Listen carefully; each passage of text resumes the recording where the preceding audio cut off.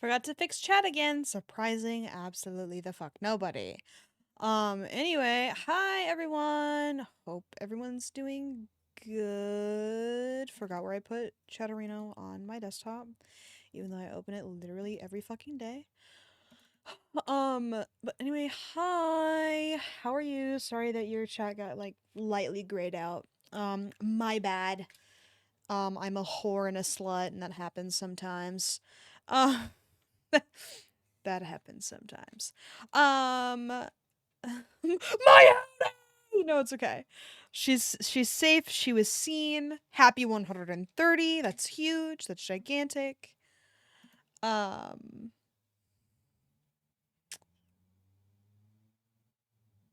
you are very welcome. I'm opening the game right now, and of course, Steam did open as well. But luckily, I've gotten my Steam uh addiction s- saved. I've I've been buying a lot of video games lately and it's kind of freaking me out. Too. It's happened twice. But still. It's very weird that I've been buying games. Not a huge problem necessarily. It's just a little weird for me personally. Normally I'm like, let's play something on the Wii cuz that shit's free. Cuz I'm annoying. But anyway, she's been cracked open. Let's fucking get ready to rock. Let's finish the worst fucking arc of all time, shall we? I think we shall. The summer sale was kind of poppin'. I'm not gonna lie to you. Um, if there's anything about me, oh yeah, okay, no, it's happened. It's okay. The other time I bought games was I bought the Dragon Age games and then bye. It's bye. I bought 3 Dragon Age games for like $8. That shit was crazy. And then Sisyphus and Cuphead. And then I bought the chunk that I bought now. Which they'll all sit in my Steam library. Maybe I go through my Steam library and just play whichever one comes next. This feels like a good idea. So, dude, I did just now. It was bad. I was like, since a game is normally $60, let's go ahead and spend $60 on several games. Why? Your ass did not need to do that. But I did anyway. And I'm feeling pretty comfortable with the purchase, which is surprising because I have deep, intense financial anxiety, so surely it was a good decision since I'm not upset about it. But anyway, let's fucking get in there. Anyway, hi Naj, hope you're good. If the night outside is a canvas of gently twinkling stars, the throne room is an intricate painting of a midnight dance. I catch Fritz's eyes in the middle of our dance. They twinkle with a merriment so bright it is contagious. I cannot help but smile myself. Tonight is a night for boldness and freedom, a night where we can be anything we want beneath these masks. Fritz spirals me away from him and then back again. Do you mean twirl, my brother? For a few moments, I remain rooted in place, not wanting to move. Then, perhaps because of the atmosphere, I find myself standing on the tips of my toes so I can plant a kiss on his lips. The composed smirk falls. Oh my god, do we not have sex with Fritz? That's crazy. I don't think we have sex with Fritz. Honestly, good. Good. That would suck. Away from his face, replaced by a faint blush. As abruptly as he. Oh wait, fuck, I forgot. I have to pull up my choice maker. Think. Well, hold on. We're still in chapter 5, and then there's chapter 6 after this, so don't get too excited about the lack of sex scene. It is very possible that we still have sex. I know you're upset. I feel like we should be okay. I feel like we should be free, but I'm not sure. The composed smirk falls away from his face, replaced by a faint blush. As abruptly as he pulls me toward him, he suddenly twirls me away.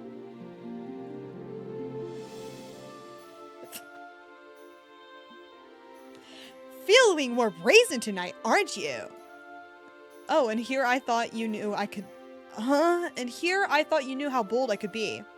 Fritz grins at me. You're the type that enjoys stolen kisses in secrecy. All of the more intimate things tucked away, where no one can see them. That's the princess I know. Then maybe you don't know me as well as you think you do, Lord Fitzgerald. Or, I'm sorry, it's... Oh, God! We need to get through this. It's Lord Varg tonight, isn't it? Fritz does not deign to respond with words. He leans forward to plant a kiss on my forehead before spinning me away.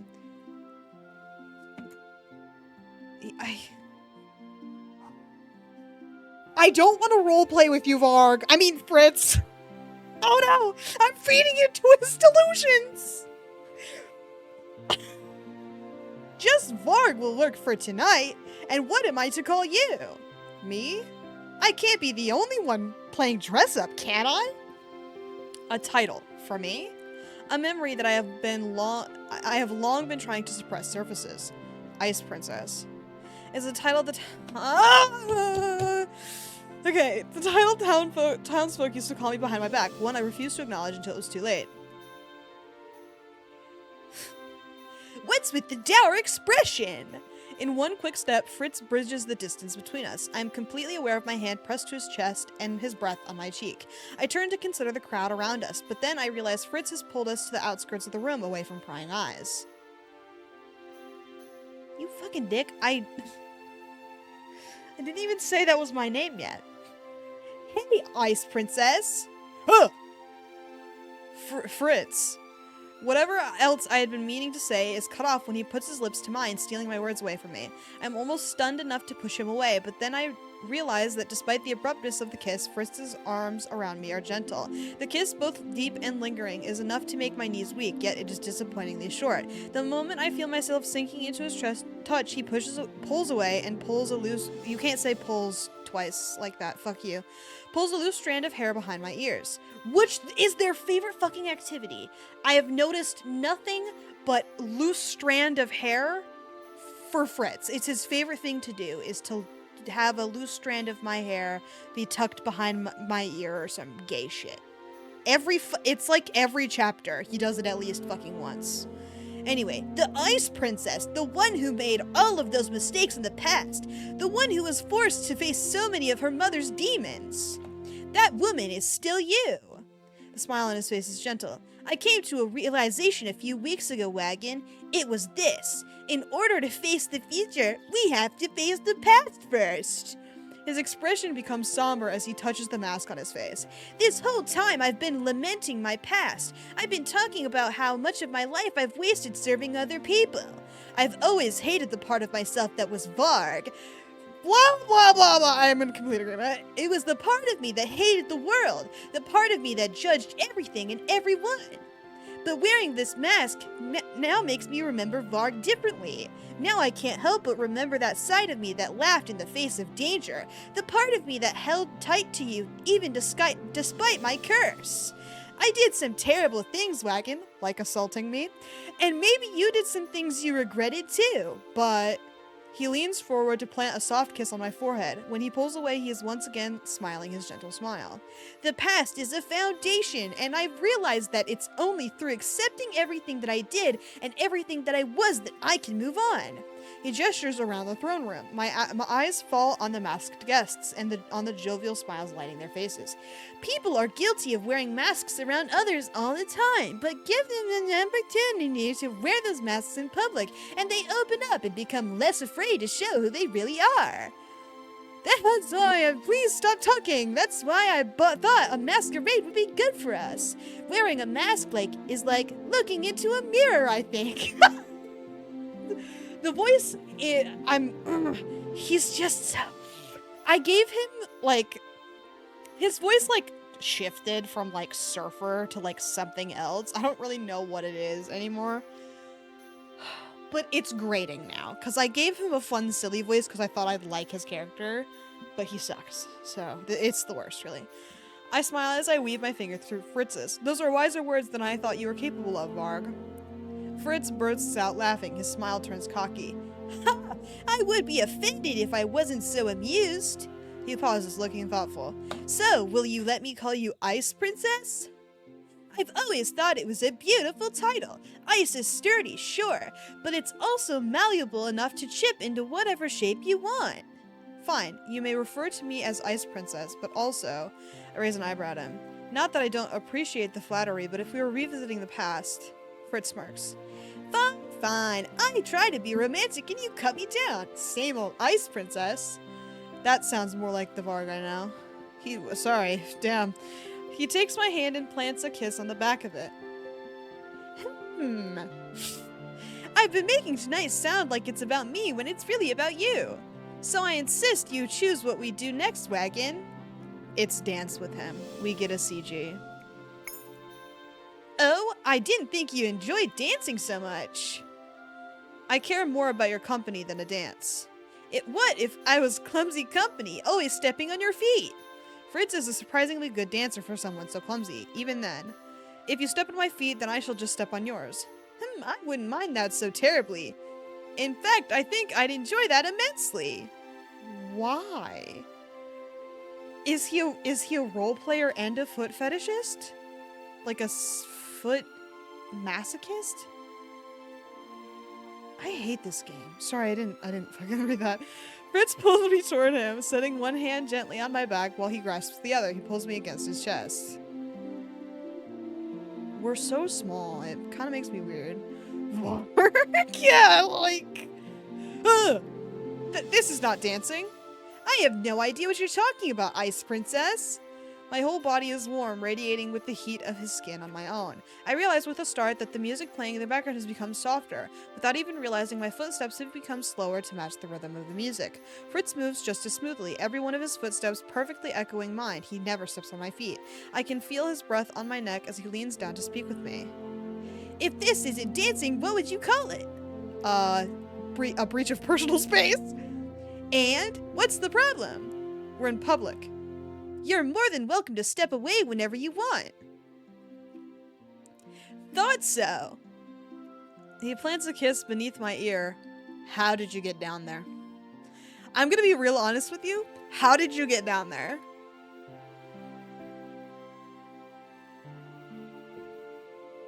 I don't even earlier it said that she stood on her toes to kiss him or whatever. How? Your toes is not gonna be enough, brother. He's gonna have to lean down too. You tall as hell, yeah. The two of us continue to dance without caring who sees us. Happy to hear that. When the song eventually fades into something more jovial, Fritz pulls away from me and raises his eyebrow. Care for a drink, Miss Ice Princess? I nod my head at him slowly as I come out of my thoughts. I'll be back in a few moments then. Don't go anywhere, okay?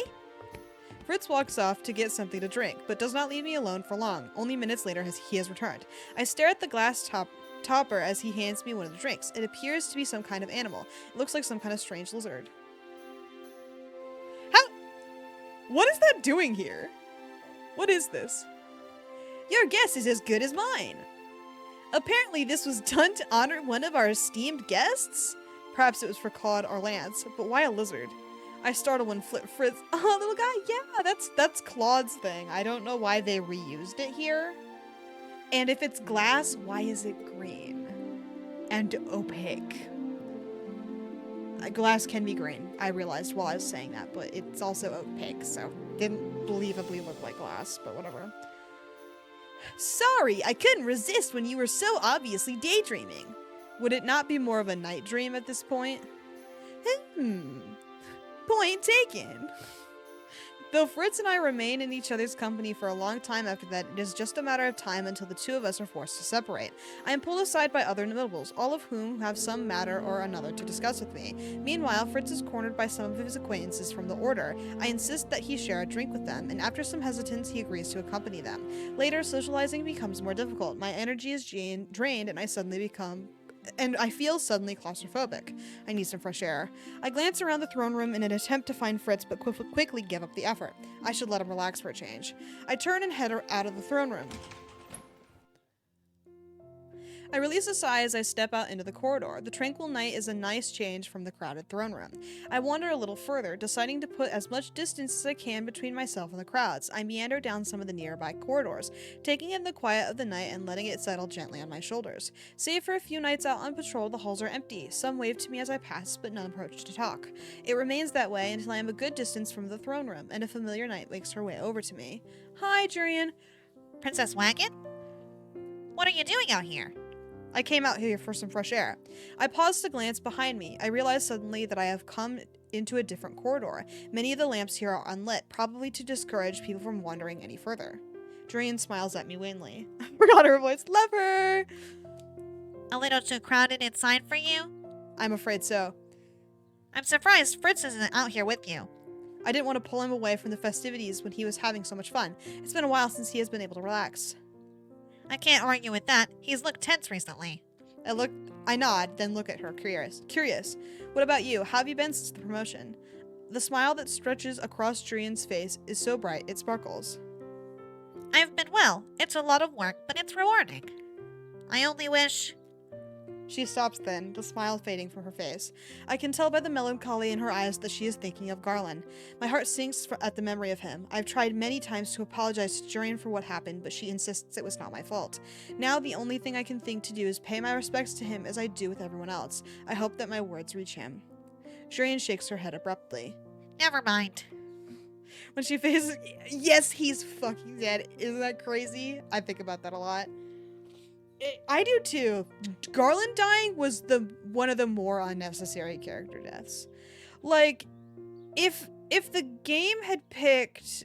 honestly, I feel like in this game no one should have died. None of them really had any greater impact either way. Like, Fritz in particular in Claude's arc, it was just to show that people could die, even during a good arc. Where, like, Rod, no one died, and his arc was just boring, and his shit always was boring. But, like, no one died, and it was... The story wouldn't have been better or worse if anyone had been killed. And then Claude's arc, Fritz died, which was weird, because it was, like, another boy who we could get with, so it was weird that he died, but whatever.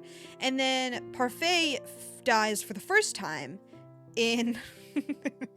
in Rumpel's arc, which was very jarring and weird. And that one didn't make any sense. It was just to raise the stakes, and it was kind of stupid. She dies a lot. I think she dies in the last 3. She might not have died in Waltz's, but I'm like 99% sure that she does. But I don't remember, and we'll find out in a minute here. I know Delora doesn't, but, or does she? I think I'd be pissed off if she did. But Delora, Garland, and Parfait die in Fritz's route, which is too fucking ridiculous. And then I think... no, Delora might die in Waltz's route. I really don't remember. But if the king dies in Waltz's route for sure. Because they made a big deal out of the king, like... bonding with her. Which was weird. Every character that we get to know a decent amount in Waltz and Fritz's routes in particular die for some reason. Like they did, they had us bond with Delora really, really hard in Fritz's route for some reason, and then killed her. And then Waltz's route did the same thing, but with the king, where we bonded really, really hard with the king, and then they killed him off. And I don't know, maybe if I felt for the characters in any way, they would be more impactful deaths, but it just felt unnecessary, like they were kind of shoehorning in some like emotional ramifications for playing the game. It was stupid. I don't get why they did that, but whatever. When she faces me again, her good cheer has returned. I'll escort you back to the party, Princess. I was just returning myself. I nod my acquiescence. The two of us have just turned and are beginning to head back when Jurian suddenly stops, head angled. I follow her gaze down the hall and see people in the far distance. Guests? But there's no reason for them to venture this far. I look questioningly at Jurian, but she has already started walking toward the small crowd. Head back to the throne room, Your Highness. Wait, that's... but Jurian trots off silently before I can even finish my question.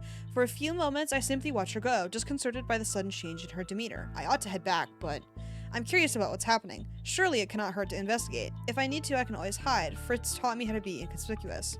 Eventually, I come to the edge of the darkened corridor. I duck behind the nearest pillar and scope out my surroundings from behind. From here, I can only just barely make out Jurian's profile. In front of her, cloaked in heavy darkness, are two knights and a woman. I realize almost immediately that they are holding the woman between them, and that one of the knights has his hand clamped over her mouth. What is the meaning of this? Commander, we're just dealing with an interference. We found this undesirable roaming the halls with a stash of dangerous equipment. The woman between them continues to struggle, but her thrashing barely moves the knights, who stand stock still as they look at Jurian. Let her speak. But Commander. I said let her speak. Commander, she was holding onto this. The knight takes something from his pocket. Hi, knights. The knight takes something from his pocket and presents it to Jurian. Her eyes widen. A potion? She glances at the panicked woman. So their captive is a former witch, but what are they doing to her? She's about to break into the party with this. We found her skulking out here and arrested her immediately. And if she is so guilty, then let her speak for herself. The two men glance at each other over the woman's head. Even from this distance, I can tell Jurian is scrutinizing them. If I was able, I would come right out this moment and bid the knights to speak myself, but Jurian cannot know I am here. At last, one of the knights sighs. I never thought you would be a witch sympathizer, Lady Jurian. Even in this darkness, I can see Jurian glowering, but before she can say anything, she is interrupted by the sound of shattering glass. The hallway is encased in a mist thick enough to hide the figures from my sight. Stop! Desist at once! Jurian's words fall on deaf ears. Before I can rationally piece the scene together in my mind, I am pulled from my thoughts by the sound of battle. Through the mist, though the mist is thick, I can see Jurian engaged in combat with one of the knights. The witch is conspicuously missing. Where did she go? It is then that I witness one of the knights escaping the mist. He holds the struggling woman firmly in his grasp and yells something at his comrade before running down the hall in the opposite direction. Fear mingles with anger as the knight approaches. Panic builds in my chest. If I move, I will put myself in danger, but if I do not, the kidnapper could very well escape. What do I do? What? We don't even know what's going on. I steel myself, trying not to imagine the panic that would be in Fritz's eyes if he knew what I was about to do. My father would not simply call for help. He would do something. I have not learned how to defend myself just so I could flee. But all we learned how to do was run away. We didn't learn how to defend ourselves. We've just learned how to hide and run. Wow, this would be interesting. See a battle. Yes, I hear the swords. Wouldn't it be interesting? Or at the very least, like, smash some characters together. You know, I'm not even that picky about it. Like, if it doesn't have to be good, just kind of bump them together or whatever. I put on a burst of speed. That is the worst fucking sentence I've ever read in my goddamn life. I put on a burst of speed. $11 for that. That's crazy. Two PNG files bumped together. Exactly. Just bump them together. That's basically sword fighting, right? Anyway, I put on a burst of speed and rushed across the courtyard. I know. It's so bad. Like, I'm not gonna make it. And rush across the courtyard. Normally, I would not be able to catch up to the captor, but the struggling woman in his arms slows him down, and in less time than I anticipate, I am standing in front of him. Ah! Out of the way, girl. I pluck the mask from my face. The knight pales. I do not know who you are or what you hope to accomplish, but you will let this woman go immediately. I try not to flinch, but the knight laughs. Ah, the fallen witch's daughter. I would have been scared of you before, princess, but now you're just as powerless as the damsel in my arms. You can't use magic anymore, And, if anything, that makes me just like you. You witches could never be like us. What has this woman done to you? What hasn't she done? During the war, witches burned our homes and slaughtered us in the streets. Then magic up and disappears and they think they can be like us? That they can just simply be forgiven for their crimes and go on living as innocents? The man's grip on the woman tightens. I can see tears in her eyes.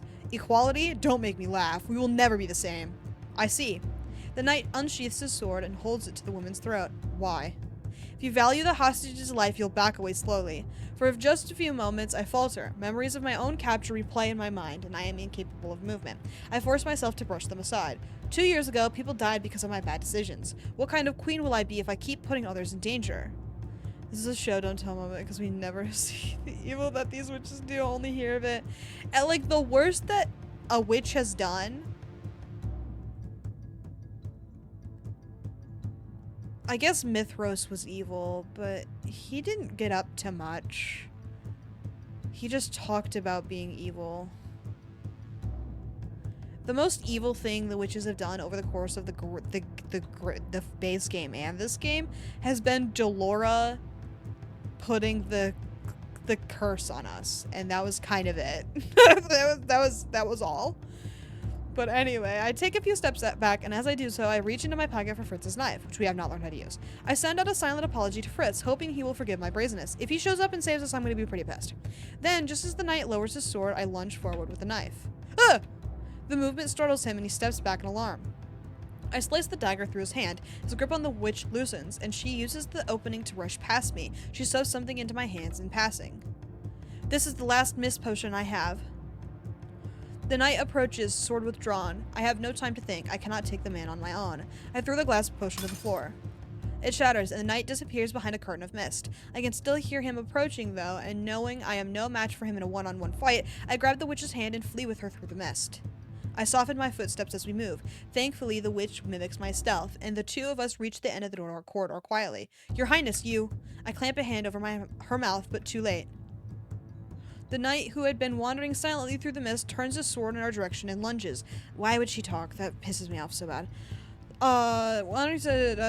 Okay, I just barely managed to pull the witch out of the way in time. But when the knight turns towards us again, I know I am outmatched. I have been practicing, but I do not have enough experience to face a skilled swordsman. Still, I refuse to be bested. I do the last thing I can think to do. I throw the dagger. My aim is off, and it glances off the knight's wrist rather than hitting him in the chest, but it is enough. It startles him, and I use the extra time to make my escape with the witch. A word comes unbidden to my lips as we run. Annoying, and I hate this fucking arc, man. It's like, how do you do that? This game is already unimaginably cringe. Like, the romance elements of it are like really corny, and it's a fucking visual novel. It is a very easy game to not be able to take seriously. But Fritz's arc, above all else, is always the worst one. And it's like, how do you exceed my expectations like that? Like, that's crazy. Anyway. Aduva. I've turned the bend of the corridor. Hi, Fritz. Wagon! I run right into Fritz, who somehow manages to remain standing upright. What? He freezes at the sound of incoming footsteps. He sees me standing with the quivering witch and seems to piece together what is happening. Yes! Smash them together! I'm so flabbergasted. 11? $11. I should have gotten the first game like booklet or whatever instead, because there's like a little like DLC like digital booklet of like all the art and stuff. That would have been worth more money than this. He takes out his sword and turns to the knight as he approaches. The knight falters, but before he can escape, Fritz surges forward, quick as lightning. His sword rings like thunder against the knight's. That was like the quietest thunder I've ever heard in my life. Lower your sword. Jurian approaches from the opposite end of the corridor, sword raised. A group of knights trail her. The criminal is sandwiched between them, hands bound. The captor facing Fritz has no choice but to lower his sword. With one last scathing look at the witch, he drops his sword and raises his hands. It is only after he has been captured that I allow myself to breathe. Oh, okay, fade to black, so true. Well, yeah, fuck it, let's do whatever. The minute the king is notified of the incident, the masquerade is cancelled and the throne room is cleared out. And that is what I witnessed. I finish describing the situation to the king as concisely as I can. When I am done describing everything I have witnessed, I stand silently and wait for the king's verdict. The two kidnappers are prostrated on the ground behind me, surrounded by a tight circle of knights. Fritz and Jurian are there as well. I can feel Fritz gaze on my back and have to resist the urge to look back at him. So this was another hate crime against witches. Your Majesty, if I may interrupt. Speak, Jurian. We've discovered that this is not the criminals' first offense. They are also behind some of the recent witch hate crimes happening in town. Durian shoots the two knights with a severe glare. I hold myself responsible for not having found out about their crimes earlier. You have my deepest apologies, Your Majesty. Your apologies are unwarranted, Jurian. I am just as surprised as you to see this hatred even within our ranks. He turns again to the knights, expression stoic. We're gonna get another what have I lost you moment? I hope not, man. I personally invited Lady Celeste to this ball. She is a busy woman, a countess from Brigantia who deserves our utmost respect. A countess? Father invited a countess from Brigantia here without me knowing? I invited her here to act as a spokesperson for witches, and she gratefully agreed. He frowns. I do not know what you intended to do with her, but know this. You will be tried for all of your crimes. I will not abide prejudice in this kingdom. With that, the two men are taken from the room. Their sentence is all but set, but they will nonetheless get a trial for the sake of fairness. Jurian herself lays them out. After she left, it is just Fritz and I left in the room.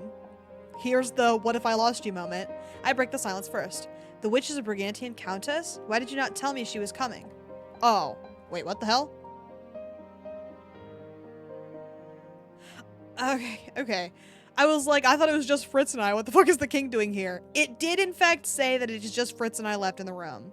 So, I'm not insane. Okay, I break the silence first. There's just beginning again.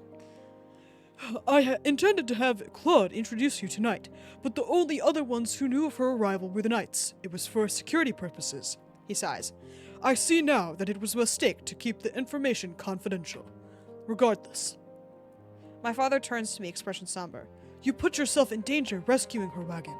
Could not sit back while she was in danger. We have knights, so that we may rely on them. Be that as it may, there was no one there to rely on in the moment. Oh, sorry. Guess I didn't feel like saying that. And I really didn't, so we'll just move on. It was one thing. In the end, what you did was very heroic. You have won the Countess's favor, and in doing so, have redeemed Angel in her eyes. You were very brave, Wagon. Very brave, as a ruler must be. My heart eases somewhat at the words.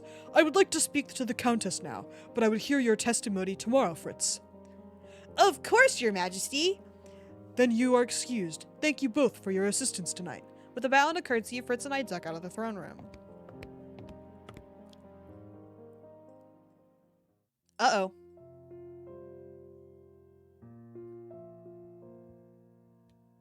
We're in the bedroom. You know what that fucking means, man. My head is still reeling by the time I return to my bedroom. Oh, we might be alone. To think the woman I helped save tonight was a countess from Brigantia. I collapse onto my bed with a groan. Fritz, up! We are not alone? You know what that means. Fritz leans against the wall nearby, arms crossed. What a long night! Fritz shuffles silently in place. He is fidgety enough that I know there's something on his mind. Just say it. You're disappointed I put myself in danger, aren't you? Disappointed? Wagon, I could never be disappointed. Terrified for you, yes, but disappointed? How can I be disappointed when you saved an innocent woman? This whole time you've been training to protect yourself, but you ended up using the skills I taught you to save someone else. Blah! He crouches down so that we are eye to eye. Ooh. Much to my relief, a soft smile graces his face. You knew when to attack, when to defend, and when to run. I sigh. Some of that was luck. Who knows what would have happened had Lady Celeste not had that extra mist potion. Right, and that's the part that terrifies me. But while I want to protect you from everything, I would be doing a disservice by not believing in you. I've said this before, Wagon, but you're the strongest woman I know, and this proves it more than anything else. You're a lot calmer about this than I thought you would be. Fritz shakes his head. His eyes are filled with mirth. Like I said, it's impossible to be disappointed in you, and you used the knife. Instinctively, my hand goes to my pocket, but the knife is not there. Oh no, I threw it at the knife, but then forgot to retrieve it. Hey! Fritz holds out his arm with a flick of his wrist. The knife flashes out from his sleeve. He hands it to me with a flourish. That's annoying. I saw it in the corridor and thought you might have dropped it. I didn't realize you were hiding it in your dress. You gave it to me as a gift, it's a good means of protection. It would be foolish of me not to carry it. I looked down at the knife thoughtful. After a few moments, Fritz wraps his hands around mine. Jesus Christ, that's cringe, Fritz. So true. He's annoying little freak. He's a theater kid. He likes to fucking roleplay. We gotta get him out of here, man. Anyway, what you did today was amazing, Wagon, but please promise me you'll always prioritize your own safety. Angel can't lose its future queen. The spark dies in his eyes as he speaks, and his shoulders sag. And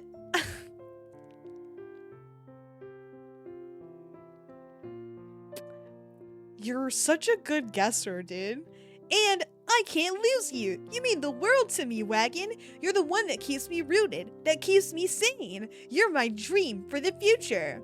His eyes are on the dagger as he speaks. I wonder vaguely if he's thinking about his mother and what happened to Alcastar after her death. You're great! That's this fucking spirit, man. I need to comfort him somehow, but how? I can't believe his whole thing is about the future or the past. Which is interesting to a degree, like having him be good versus evil, future versus past. Like having him have like a double situation in both of his arcs is interesting. It's too bad that the game fucking sucks balls and doesn't do it very well. Anyway, we're supposed to talk about the future. I lower myself to the floor, and before he can protest, lean close enough to press myself to his shoulder. I reach up to trail my fingers down his arm. I don't plan on going anywhere anytime soon, Fritz. You are just as much my dream as I am yours. I want you to be my future. Fritz's cheeks flush a soft crimson. It takes me a few moments to realize why. I quickly pull away, my own cheeks warm. Did he get a boner? Did he get a boner? Haha! But Fritz grabs my hand before I can stand back up. He draws my fingers to my lips and kisses them one by one, lips lingering on each one. He draws my fingers to his lips and kisses them one by one. Okay, yeah. But Fritz! He looks up at me, his gaze filled with warmth. Always. I promise to be with you always. He leans forward to cup my face in his hands. Our lips are inches apart when a knock sounds at the door, startling us both. Your Highness, the Queen requests your presence in her chambers. Oh, I was like, what the fuck? Who's the Queen again? Forgot it was Ophelia. Ophelia, she must want to check on me. Tell her I will be there in a few moments. Damn, we're not gonna have sex with Fritz? That's fucking crazy. This opportunity was like fresh. Fresh for the sex having. I turn back to Fritz and plant a quick kiss on his lips before standing up. He looks at me, almost disappointed. I consider him for a few moments before shaking my head with a little smile. Would you like to come with me? To the Queen's room? Is there a problem? No, I've just never visited her chambers before.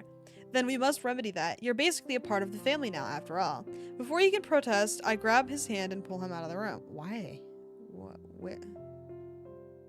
This is the dining room. What the hell? Wait, what? Huh? Yeah, we fucked in our mom's room? With her there? Or... I don't understand, man. Why did they bring up going to Ophelia's room when they were just gonna hard cut to the dining room the next morning?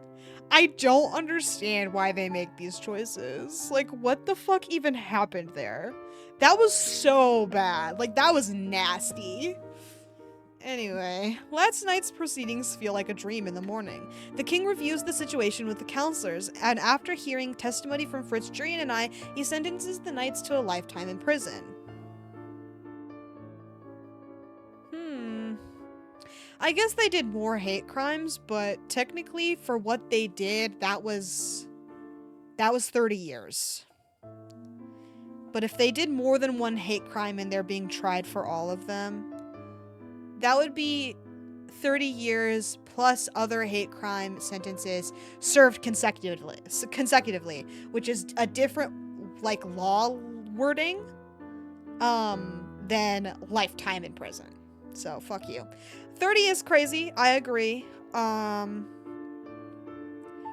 we are both normal. So, whatever. The Countess has been offered a room in our palace for a few days. Last I heard, she's resting in her room and recuperating from the trauma of last night. Even the masquerade feels like a dream. In the morning, everyone is exhausted with the exception of 2 people. Hi, Claude.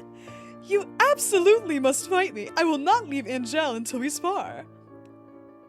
Sorry, Your Highness, but I have a very tight schedule. His eyes flicker to me, and I can see the mischief in them. I know Fritz does not have so much on his plate that he cannot spar with Claude.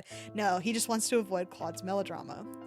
But this is a gentleman's challenge. One does not turn down a gentleman's challenge. On the contrary, one has the responsibility to turn down a gentleman's challenge if it comes from a man that is not a gentleman. You stay out of this, llama. Claude and Lance are esteemed guests for the gang! Hell yeah, brother! Claude and Lance are esteemed guests for the following week, though I have no doubt Claude's dramatics will tire me out by the end of the week. I cannot help but be glad to see him again. His exuberance is contagious. The, weird, contempt we hold for Claude in particular, every time he's not the arc that we're playing, is very weird. Like, we don't like him in every other arc except for the romance arc. And I don't get it. Like, all of the boys that we like should at least be our friends in all the other arcs. And they are, except for Claude. And Rod, who is our brother. So we have a weirder relationship with him.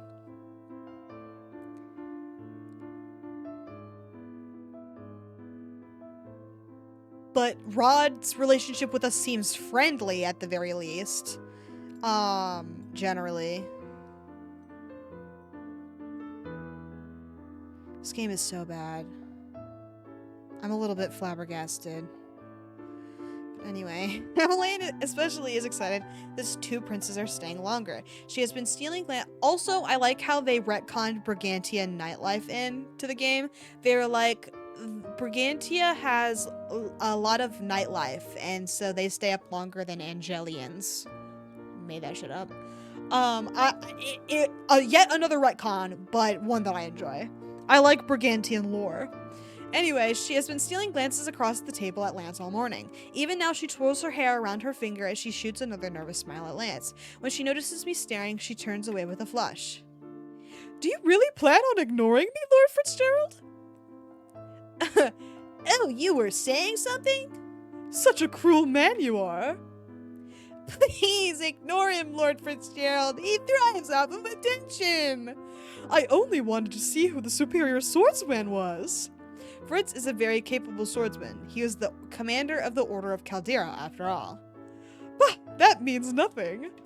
Claude has not changed at all, and I'm a huge fan of him.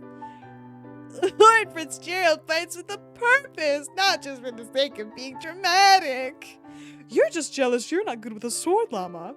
Emmeline gives Claude a withering look. Ugh. The three of them kill me. They could be interesting friends if the game had any guts at all to, like, develop relationships between characters that we do not talk to, but whatever. Prince Lance is good at many other things, like dancing and chess, and she blushes when she notices everyone staring at her. Truly, you are far too kind to me, Princess Emmeline. The familiar banter continues throughout breakfast. Thankfully, no one brings up the incident from yesterday. At the end of breakfast, I take Fritz's hand and allow him to lead me into the corridor. The two of us are on our way to my bedroom when someone appears in the corridor. Oh, Princess Wagon. The Countess, Lady Celeste, appears before us, a brilliant smile on her face. A thousand blessings upon you this morning. And to you. To what do I owe the pleasure? I'm glad I stumbled upon you. The king told me you planned on giving a speech to the populace on the divide between humans and witches. Would I be able to help you with it? The king called her here just for that reason. Her input will be extremely invaluable. Of course. Perhaps we could meet in the dining hall? Wonderful. I also wanted to say that... She grasps my free hand. I flinch at her touch, but I do not pull my hand away. I wanted to thank you again for your assistance. I also wanted to tell you I have faith in you as Angel's future queen. What? I know of the rumors around Angel. I know many witches blame you for what happened, but... The Countess shakes her head. I believe that you are not only worthy, but overqualified to be queen. You are a noble spirit, and you will be an amazing queen. That That is kind of you to say. I can barely form words of gratitude, overwhelmed as I am by her compliments. The Countess laughs. Have faith, Princess Wagon. People's hearts can be changed. There is good and there is evil in this world, but there is so much more. There is also so much more. People are complex and susceptible to change. She leaves on that sentiment, leaving me alone with Fritz. After she has left, he raises his eyebrows at me and smiles that cocky smile of his. Well? Well, what? Do you have more faith in yourself now? I told you that you were good at what you do. I nudge him. That, my lord, is a matter of opinion. Fritz leans down to kiss my forehead. I'm afraid that your say on the subject doesn't count because you're biased, but he pulls a strand. That's the 4th fucking time. I'm fucking... Okay, anyway. He pulls a strand of hair back behind my ear. I would like your opinion on some other things, like my list for the future, for instance. You're still going to help me write it, aren't you? It would be an honor. Oops, sorry, don't fucking do that. Stop. He smiles at me softly. Imagine us listening to the game like that. That'd be crazy. The honor is all mine, milady. The two of us share a smile and a kiss before we head on our way. Chapter 6.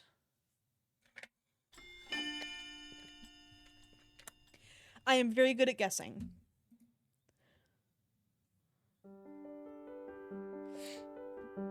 Okay. Get me up to Waltz, brother. That is what I like to see. Anyway. Oh, good. More, yeah.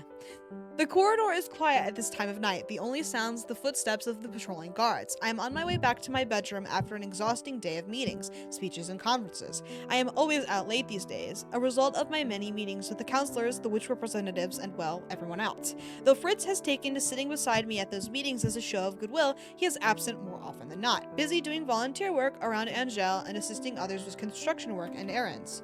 Oh my god, people who do construction are so hot. It's too bad it's Fritz and he is not hot, so jot that down.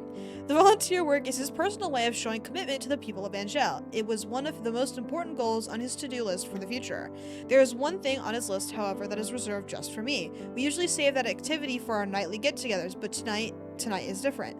Fritz had told me earlier that he had something special he wanted to show me. Father was nice enough to let me excuse myself early. I stop in front of my door with a smile. I'm glad Father approves of Fritz enough to help me carve time out for him. Okay, we're gonna have sex now? When I come into the bedroom, the first thing I notice is Fritz sitting by my window, a book in one hand and a handful of chocolates in the other. I eye the glass jar beside him, which is conspicuously only half full. A week ago, I started filling it with chocolate because I know Fritz has a sweet tooth, but I did not think I was going to have to refill it every day. Fritz looks up abruptly. Oh, Wagon! He subtly tries to drop the handful of chocolates back into the glass jar.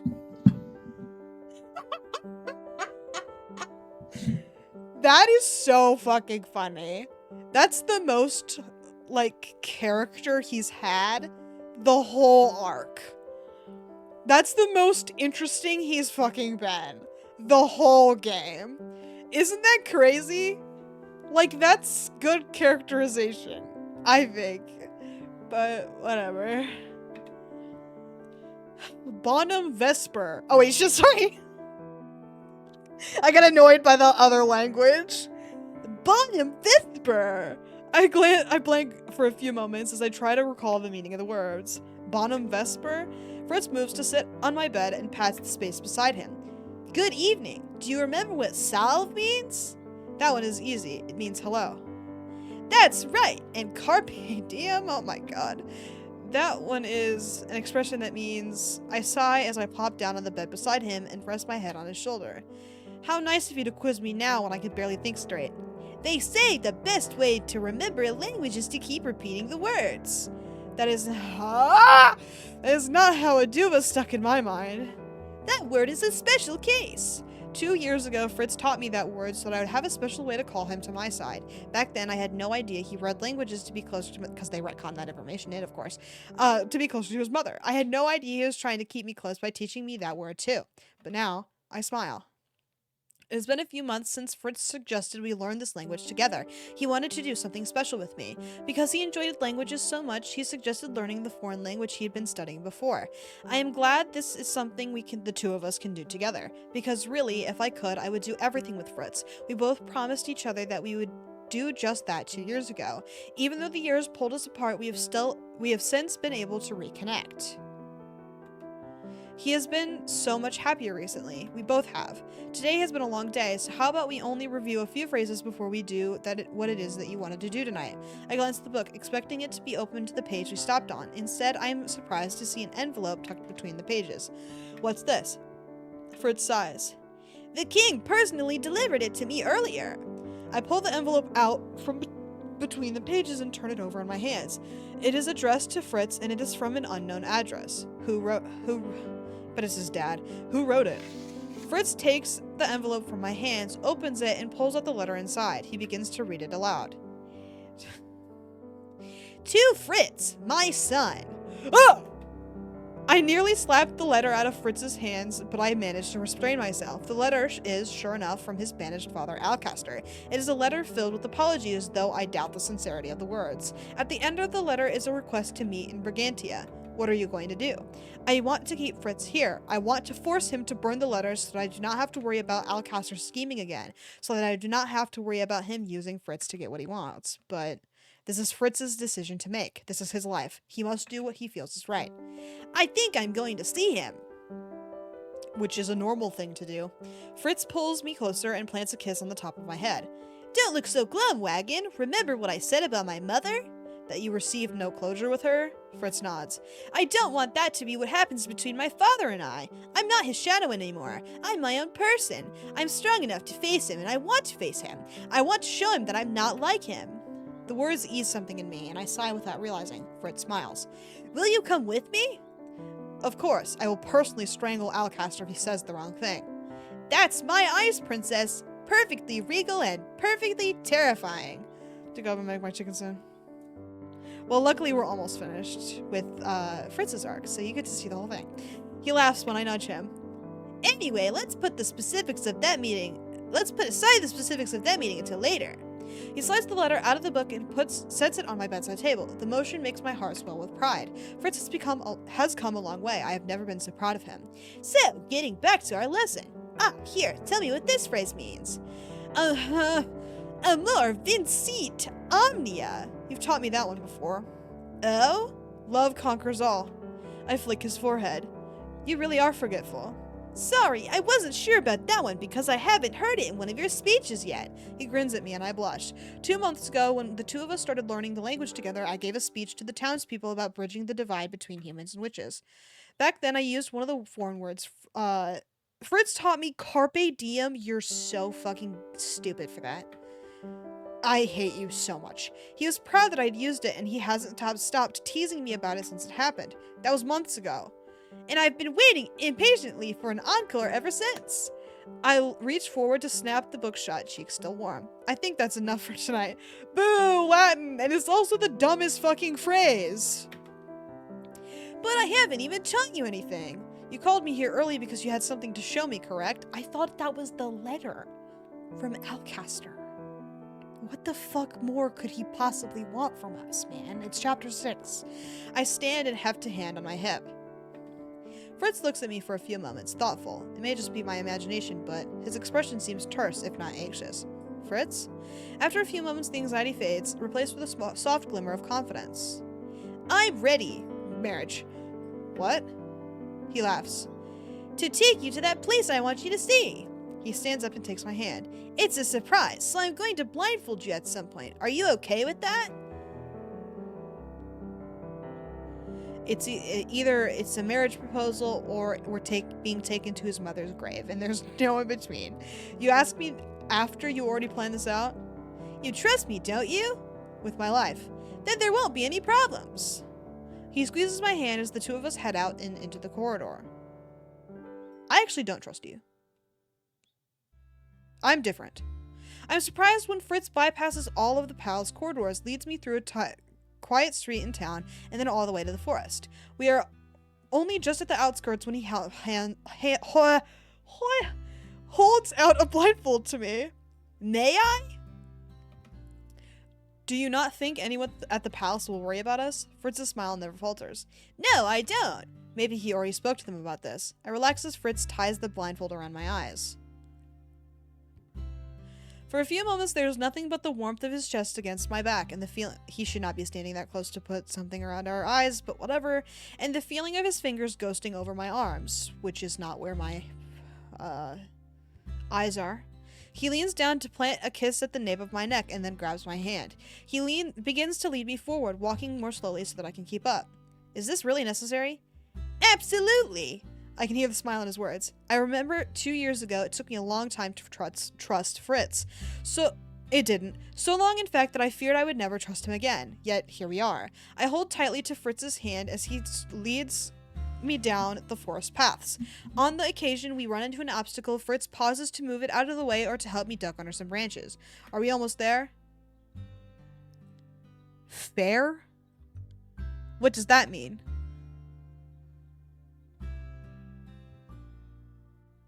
I fucking hate Fritz so much. I'm so sick of his damn arc. Almost! His fingers tighten around mine. For a few moments, I think I feel his hand quivering in mine, but it is probably just my imagination. Eventually, we stop. Fritz takes a deep breath. Oops, sorry. Then slides his hand out of mine. Fritz? You could take the blindfold off, what now, wagon? I do not know why, but my heart is thudding loudly in my chest as I pull the blindfold from my eyes. The first sight that greets me is the most vibrant and lovely thing I have ever beheld. Okay, marriage. Oh, never mind. Oh my god, he's reusing the fucking, Field of Lilies from Rumpel's arc. Get original, bitch! The forest is filled with soft white lilies. Everywhere I look, I see them. There are so many, in fact, that petals rain down from the branches, covering me in what feels like delicate snow. I stare at everything in amazement, and then suddenly my eyes are on Fritz. He is standing in front of me holding a beautiful lily bouquet. What is all of this? A night I hope you remember! Fritz hands me the bouquet with a gentle smile. I wanted to do something like this for a while, only I hadn't sunned up the courage to do it until now. I'm decent with a sword, but I've had to practice things like this. Things like this? Fritz looks at me with a sheepish smile on his face. Which is funny because he was the most romantic one in the base game. But whatever. He was like nice to us. In a way that none of the other characters were. And now he's having trouble. Shut the fuck up, bitch. No, you weren't. Anyway, years ago when you told me that you loved me, and when I told you that I loved you as well, I was only able to say it because you told me first. For the longest time, I was always afraid I wouldn't be good enough for you. Forgot his arc was also really fucking annoying near the end there. That I could no longer be your knight in shining armor if I gave up my title. But now I feel differently. He gestures to the bouquet. I gaze down at the clump of beautiful flowers and sigh. It's beautiful, Fritz, and you always have been good enough for me. I didn't see it at first because of my own stubborn... What the fuck are you talking about? That was the easiest one. Like, you abandoned and betrayed everyone at the march-in. Don't think I fucking forgot, bitch, because I remember. Abandoned everyone at the fucking march-in for this random asshole. You caused so many problems. Suck my nuts. Anyway, I didn't see it at first because of my own stubbornness, but there is no one I would rather have by my side. I touch the lilies and pause as a glimmer between the petals catches my eye. Marriage. Slowly I reach in toward it. My fingers close over something round and cool. Something that makes my fingers prickle with anticipation. What? Before I can say anything else, Fritz is suddenly down on one knee in front of me. He holds one of my hands in his own. Fritz. Wagon, I don't have the regal upbringing of a prince, and for the longest time I was afraid I could never stand as your equal, but... He squeezes my hand. I love you too much to not want to improve myself. His cheeks are flushed crimson. Because, Wagon, you are my foundation. You are my past, my present, and I would love for you to be my future. He kisses my hand. I love you. I have for a very long time. And if you would still like to marry me as you said 2 years ago, even if I am no longer your knight, I would very much like to put this ring on your finger. I feel tears at the edges of my eyes, but I do not reach up to rub them off my cheeks. I do not mind being honest in front of Fritz. I've seen all of his sides. Why should he not see all of mine? Princess Wagon Riella Breton, would you do me the honor of allowing me to become your husband? I collapse to my knees so I can wrap my arms around his neck and bury my head into his shoulder. You are supposed to ask me to do the honor of becoming your wife. And yes, I would be honored. Fritz sets a hand on the small of my back and pulls me closer. I assure you, I phrased it that way on purpose, my beautiful princess. I would very much like to marry you. It would be most excellent. Because to me, the greatest honor of my life has and always will be being by your side. You have shown me that love can conquer all. Ugh. I manage a breathy chuckle as Fritz leans over to take the ring from my hand and slip it onto Slip it onto my finger. It gleams on my finger perfectly like it was meant to be there. Amor vincit omnia. That's right. He pulls me toward him, and in the quiet of the clearing, there is just the two of us sharing the warmth of our combined embrace. Does my family know? Of course. That's right. Of course. I already told them about all of this. His Highness said it was fine, so long as you pretend to be surprised when I make the announcement public. Surprised? Why the fuck would I have to be surprised in public?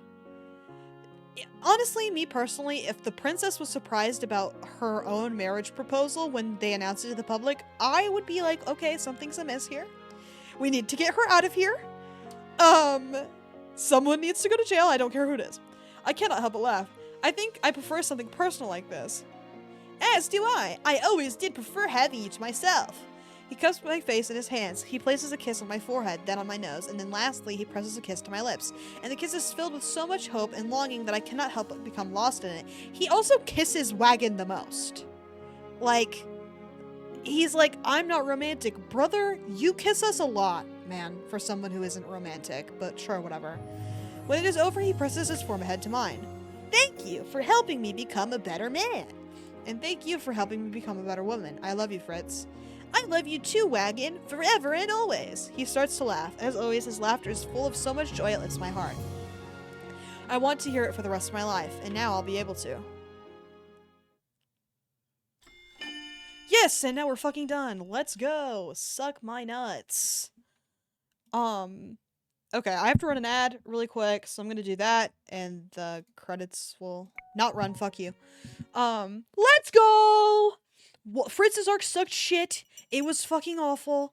Let's move on to Waltz's. Surely it will be better. But I have to run my ad first, so I'm gonna go do that and maybe fill up my water bottle, but maybe not. Maybe I'll just pee.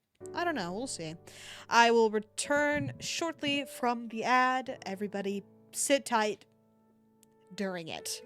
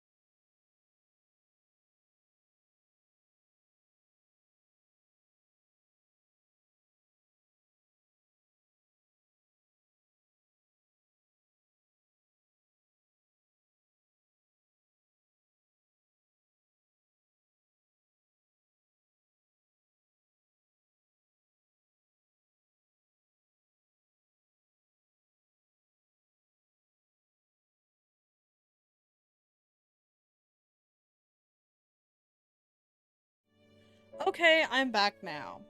Fritz's fucking postcard is so nasty to look at, by the way. I thought it'd be over here, but I guess that doesn't make any sense. I just don't know where they're gonna put Waltz's. They're all so bad. Thank you, it is good to be back. Let's fucking get in there, shall we? I think we shall. Never in my life am I going to read that shit again. Okay. Whoa, whoa, whoa, whoa, whoa. Whack. Got 4 minutes for my, chicken. Oh. Well, happy chicken. Hope it's good.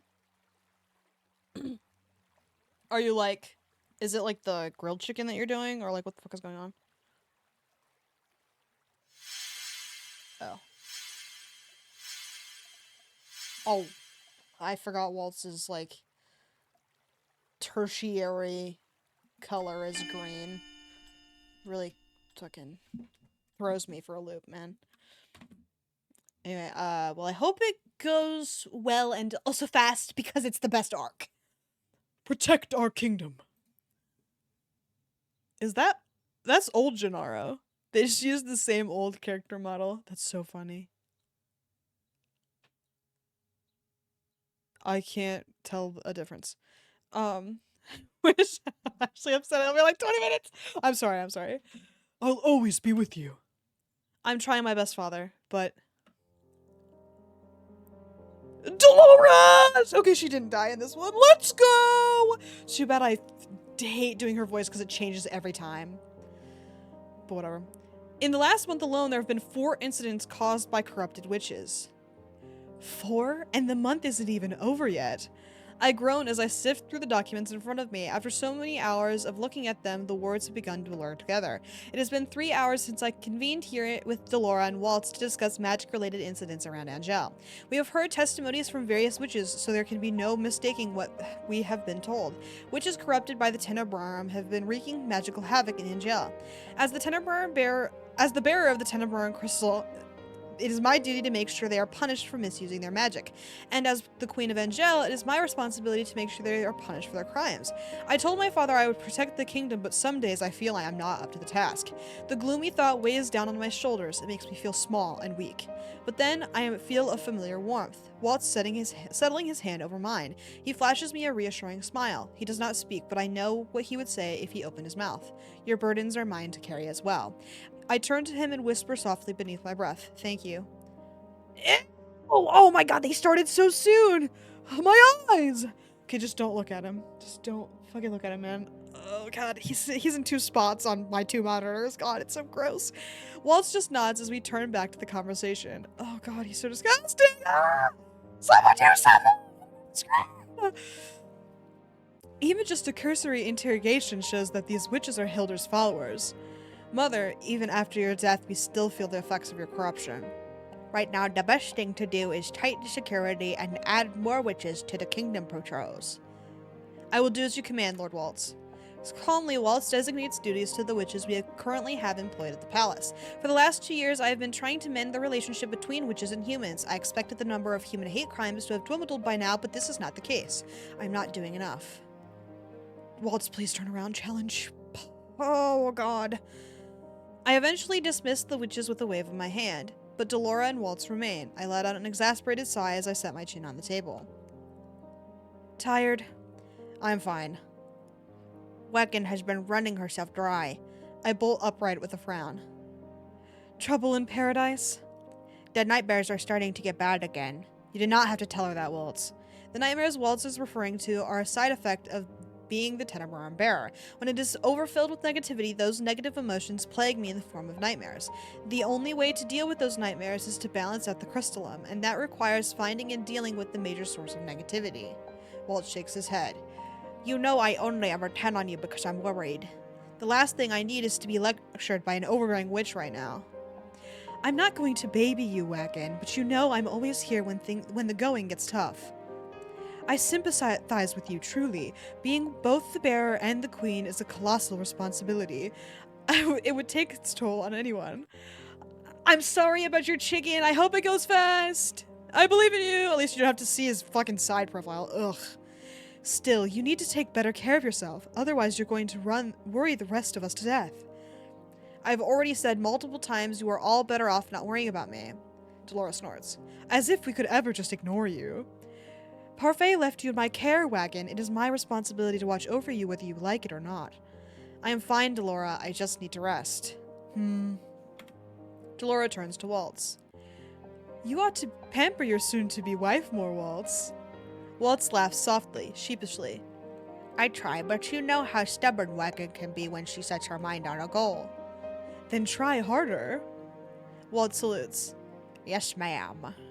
The banter brings the briefest of smiles to my face. Speaking of, any news on the marriage? You've put the wedding ceremony off many times now. You know the reasons why. Dolores sighs. I know you're busy, but the least you can do is treat yourself to a wedding. She clicks her tongue. Or are you planning on making Waltz wait forever? Waltz smiles. I'm happy to wait forever if I need to. The ceremony has never mattered. He reaches out to squeeze my hand. The important thing is that we're together. My heart trembles at his small, soft smile. No, Delora is right. I should not keep putting this off. I want to call you my husband. Waltz leans down to plant a kiss on my forehead. How many years did I wait for you to find me again, Wagon? I'm in no hurry to get married. There are other people in this kingdom who need you a lot more. You two really need to learn how to put yourselves first for a change. Dolores stands from her chair at the stretch. Anyway, I'm headed out. Until next time, Wagon. Waltz.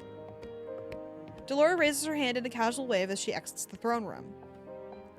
The room is briefly silent after she leaves. Then Waltz looks at me, eyebrows raised. Hey, you. Hey, yourself. Waltz brings my hand to his lips and lightly presses a kiss to my knuckles. Dolora's right, you know. You really need to take better care of yourself. I do take care of myself. You do the bare minimum. You barely let me spoil you anymore. You spoil me all the time. Not nearly as much as I like. Waltz glances furtively toward the doors, then smiles. A mischievous smile that makes my heart flutter. Come here. Ugh. He pulls me out of my chair and into his lap. No thank you. Where he traps me in a warm embrace. He leans forward, whispering in my ear. No thank you. I really wish you'd rely on me more. I settled myself against his chest with a sigh. The sound of his heartbeat is calming. We've been relying on you too much already. I've been working hard to carry on my father's mission of peace, but it has been exceptionally difficult balancing my responsibilities as both the Tenebron bearer and the Queen of Angel. I do not know what I would do without Waltz, who has been by my side this whole time, helping me resolve Tenebron-related issues. In addition, he has also been making some time to better understand the kingdom's policies so that he can someday step in to rule beside me. Waltz, the King of Angel. The thought of us ruling side by side warms my heart. Still, Waltz talks about me overworking myself when he is definitely working just as hard. I have just begun to relax when I stop, realizing that suddenly I have an important meeting with royal advisors. Today's meeting is about the importing of minerals and coals from the kingdom of Sidel. Sidel mention! Sidel lore drop! I slide off of Waltz's lap with a sigh. The advisors will be here soon. Already? I settle my hands on my hips? Yes. Don't you have your magic lessons now as well? On top of his other responsibilities, Waltz also teaches young witches at the tavern once a week. You're right. You see, I'm not the only one who's busy all the time. Great minds stress alike, I guess. He shakes his head. I feel like I've barely get you to myself these days. I can't help it. The past few months have been very busy. Waltz rises to his feet. How long will this meeting run? I can wait up for you tonight. Maybe we can relax with some tea? I hesitate. The last time I told Waltz to wait up for me, I worked until morning and he was sleepless. Since we now share the same bedroom, he often loses sleep because of me, but I miss spending time with him alone. Perhaps I can wrap things up earlier today. Let me see. Wait for me. So long as you do not mind. Waltz cups my cheek. Briefly, he presses his forehead to mine. I never mind. If I take too long, Waltz presses a finger to my lips. No disclaimers. I will wait for you. Thank you, Waltz. I plant a quick kiss on his lips. I'll see you later, Waltz. Oh, wait, sorry. I'll see you later, Waltz. See you later, little star. Waltz flashes one last smile before leaving the throne room. It's nighttime! Hours later, I find myself trailing the advisors as we walk through town to visit the stalls of the traveling merchants. Here I thought we'd just be having a quick conversation in the throne room. I'm sorry, Waltz. It looks like It looks as if I'll be staying out late today. A new type of coal? Yes, Your Majesty. I'm glad they're a woman, because I've been imagining them as men this whole time. The neighboring kingdom of Sidel recently discovered a new type of magic-infused coal that gives off an impressive amount of energy. It's safe for the environment. Truth be told, we have had less interactions with Sidel than we ever did with Brigantia. Their kingdom is much more difficult to reach, so our merchants and nobility have not done much business with them. But it would be foolish to turn away from this opportunity to expand our trading with Sidel now. They call it the Rasite coal. I believe it would be beneficial to import it into Angel. The downside, naturally, is that the recently discovered coal is extremely expensive. Still, I think the benefits outweigh the cons. They say the coal can burn all night. Our own coal only lasts several hours. The Rasite coal may be expensive, but it will cut down on consumption, maybe even half it. So, in the end, we will be spending around the same amount for a more efficient energy source. Precisely. I think it would behoove Her Majesty to see the impact of this coal with her own eyes. But of course, I have already ordered a few samples. May I ask permission to speak, Your Majesty? I'm surprised when one of our knights guarding the room raises his voice in question. Permission granted. I was in town yesterday and chanced upon a merchant from Sidel showcasing samples of the coal. What a marvelous coincidence. A convenient coincidence. Then let us go take a look at the sample. Are you sure, Your Majesty? It's getting dark. Then we must make haste before their shop closes for the day. The advisors look bewildered. But, Your Majesty, it would be no problem at all to have the samples delivered. A delivery would be much simpler than an excursion into town, surely. I know they must be thinking there is no reason for us to go out of our way for this simple errand. No doubt they are used to servants retrieving things for them. It is fine. I'd like the fresh air. The advisors look disgruntled, but neither of them complains. They are here to make an argument, after all. For them to dismiss my preference would be hardly in their favor. Besides, the last thing I need for this discussion is to carry on into tomorrow. It is about timeliness, of course, but even more than that, I really needed some fresh air. It has been a long time since I stepped foot outside the palace. We find the merchant selling the coal quickly enough. When he hears of our visit, he clears his stall early and leads us to his inn room instead, where he can better demonstrate the burning effects of the coal. Yeah, let's do it in a very well ventilated close-off room. I am amazed by the lack of ashes at the end of the demonstration. In the end, I decide to take a chance on the coal, starting first with a small order. Perhaps it will save us some gold in the future. As soon as you sign the documents, please pass them on to me for processing, Your Majesty. I shall. The advisors bow and take their leave. I wonder how quickly I can sign all of these. Shall we go, Your Majesty? I allow the knight to lead me back to my carriage. Wait! Waltz! Hi, Waltz! I turn on my heels and I'm shocked to see Waltz approaching. He stops in front of us. Sir Waltz? You may leave. I'll escort the queen to the palace. The knight looks at me uncertain. I shake off my surprise and nod. Yes, you are dismissed early. As you wish, Your Majesty. The knight departs with the carriage. When we are alone, I turn to Waltz. What are you doing here? When you told me to wait for you... Well, you told me to wait for you, but when I overheard you were coming to town, I figured I may as well come pick you up myself. It allows us to spend more time together. Waltz, you didn't have to come all this way. I wanted to. He eyes the papers in my hand. I also came to tell you your work for the day is done. But... No buts. Please allow me to be selfish just this once. You? Selfish? Never. I'm glad you think so. That means you won't complain about going somewhere with me right now, right? Oh, and where would this be? I guess you'll just have to follow me and see. Waltz winks as he takes my hand and leads me away. I am surprised when Waltz leads me through the forest and to a thicket close to the marchant. I recognize the place immediately. This is where we used to practice magic together. You remembered. And do you remember this? Waltz snaps his fingers and... I do remember that. Golden orbs of life spring to life, fuck you, in the darkness, fluttering like fireflies. A memory resurfaces, warming my cheeks. This is where we first kissed. Waltz laughs. I can't put it into words how happy I was that night. Wagon, I'd been holding on to the hope that we would be able to pave a future together. And that was the first time I knew for certain that you felt the same way. That kiss, it meant the world to me. He steps closer. You mean the world to me, little star. He leans down to kiss me, a soft, gentle kiss that makes electricity shoot through my veins. Afterward, he pushes a strand of hair away from my face and plants it... You know how I fucking feel about strands of hair, man. Away from my face and plants another kiss on my forehead. This is better than sharing tea and biscuits, I think. I wrap my arms around his waist and lean my head onto his chest. Into his chest, excuse me. Right in there. Waltz hugs me back, setting his chin on my head. I agree. Out here, I can forget I am queen. Out here, alone with Waltz, I can forget I am the Tenenbaum bearer. The two of us can be as we were before, just two people in love. I breathe in his scent, the smell of pine and leaves, and sigh. For just a little longer, I want to stay like this. When I wake up the next morning, Waltz has already left, probably for some important errand. I do not have any meetings for the day, so I decide to remain in my room and focus on paperwork. Sitting here at my desk, I cannot help but remember all those nights Father disappeared, leaving us all alone. He was always talking about being busy. Now I know why. I did not anticipate there would be so much to take care of. My frustration dims to a muddy grief. If Father was still alive, he would be helping me do all this. I wipe up my eyes, which are suddenly glassy with tears. Even though I lost Father years ago, the weight of his death still makes me feel breathless some days. I still remember that day, the day my father apologized to me for being so distant, and the day I lost him forever. I miss him. A knock on my door jolts me from my thoughts. I quickly wipe the tears away. Who is it? It's me. May I come in? You may. The door opens, revealing Emmeline, smiling brightly. She holds a tray with biscuits and teacups on it. What is this? You've been locked up in your room all day, so I figured maybe you'd like a tea break. Emmeline sets the tray down on my table. The sweet smell of fresh pastries makes my mouth water. I even brought a custard Danish. You like those, right? Emmeline pours us some tea and hands me a cup. Thank you, Emmeline. This is very kind of you.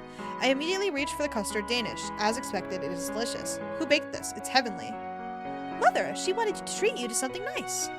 I blink at her. Ophelia? Mother's been wanting to bake something for a while. She knows you've been busy, and thought some baked goods might lift your spirits some. Please thank her for me if I do not get the opportunity soon. Of course. While we were talking about your workload, Emmeline props her elbows on the table and looks at me worriedly. How have you been? It's been so long since you spent time with any of us. I shrug. There are always many things to be done. Maybe, but even the king took breaks. You're going to burn yourself out if you work nonstop. Father entrusted this kingdom to me. To put myself before it and my people would be selfish. Emmeline reaches for my hand. You are not alone in this wagon. We're all here for you. Perhaps, but this is my responsibility. I cannot just heave my burdens onto others. They are all already doing so much to help me. You should take some time off. Maybe go on a date with Waltz? Emmeline laughs and I flush. What? It's been a while since you two went out, right? And he clearly has been missing you. It'd be good for you two to go out on the town. Maybe. Emmeline smiles. You have no meetings, right? Then you should take today off. I lean back in my chair with a sigh. Fine, if you insist. We chat a little more over tea before parting ways, Emmeline to the kitchens and I to search for Waltz. I spend 30 minutes searching, but Waltz is nowhere to be found. None of the servants have seen him either. He must have gone to town then. Good morning, Your Majesty. I thought I left you behind. Get the fuck out of here, man. This better be my only interaction with you. I hate your ass. I whirl at the sound of his voice. At the sound of the voice, it is Fritz, approaching with his usual smile. Fritz. When I broke all the fairy tale curses, I relieved Fritz of his duties as my personal knight. I no longer needed one with Waltz by my side. Many were wary of Fritz, even after I broke his curse. They had reason for it, as Fritz worked with both Mother and Mithros while he was cursed. But he did those things as Varg, an alter ego he could not control. I know this, and I pardoned him for his crimes long ago. It is nice to see you out and about rather than locked away in some stuffy room. Fritz angles his head. You look like you're on the hunt for someone. May I ask him? I'm looking for Waltz. Lord Waltz? I overheard he was doing a show in town today. Ah, then today is a puppet show day. Thank you. Are you going out? Should I arrange an escort for you? There's no need. I'd like to think no one would be foolish enough to attack the Tenenbaum bearer. I'm still queen, of course, and more often than not, I will allow an escort for royal business, but it is nice that I do not have to worry about such things for casual outings. Fritz chuckles. True. Still, keep on your toes, Your Majesty. Of course. Okay, never speak to us again. Sure enough, I find Waltz in the plaza, crouched behind a makeshift booth and telling a story with his puppets. He does not even look in my direction when I arrive. He seems preoccupied. Well, obviously we have to fucking watch. What?!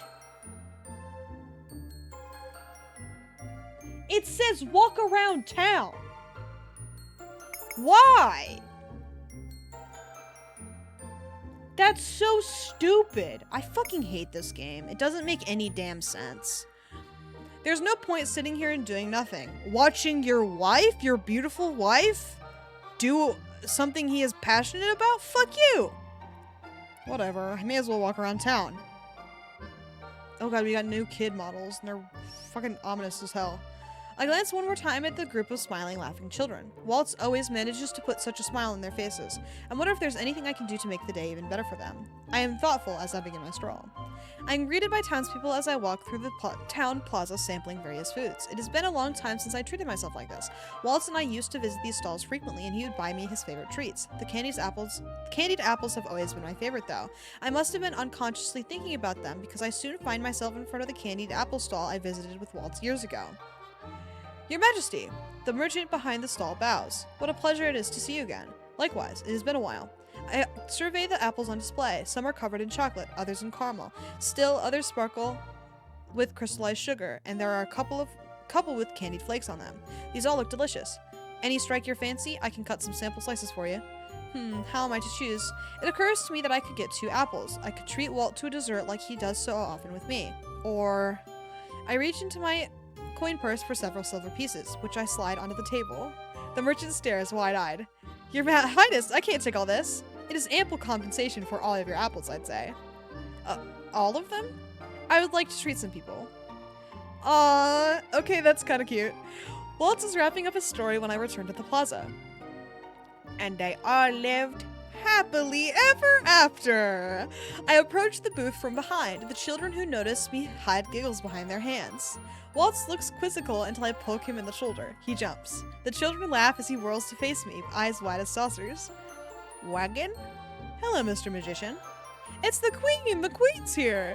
She must have used her magic to sneak up on Waltz. I wish I still had the wild imagination of a child. That's right, you ought to pay more attention to your surroundings, Mr. Magician. Forgive me, my queen. I didn't realize you were leaving the palace today. Emmeline convinced me to take a break. I thought I'd walk around while you were doing your show. For the first time, Waltz seems to notice the tiered trays I am carrying. His lips pull into a wide grin. What's that? A treat for some children I hear have been really good. I turn to the children, who have crowded nearer and are pointed excitedly at the candied apples in the trays. So, have you all been good?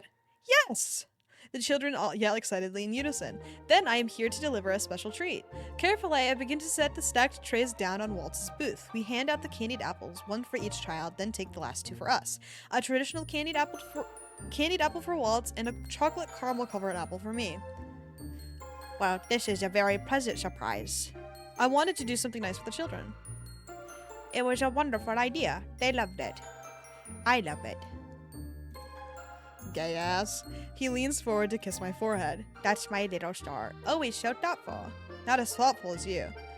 I respectfully disagree. His eyes light up when he takes a bite of the apple. These are always the sweetest when shared with you. I would never think to have one without you. I rise to my feet and hold out my hand. Shall we head back? Waltz grasps my hand. We shall. The 2 of us have just begun our walk back to the palace when someone calls my name.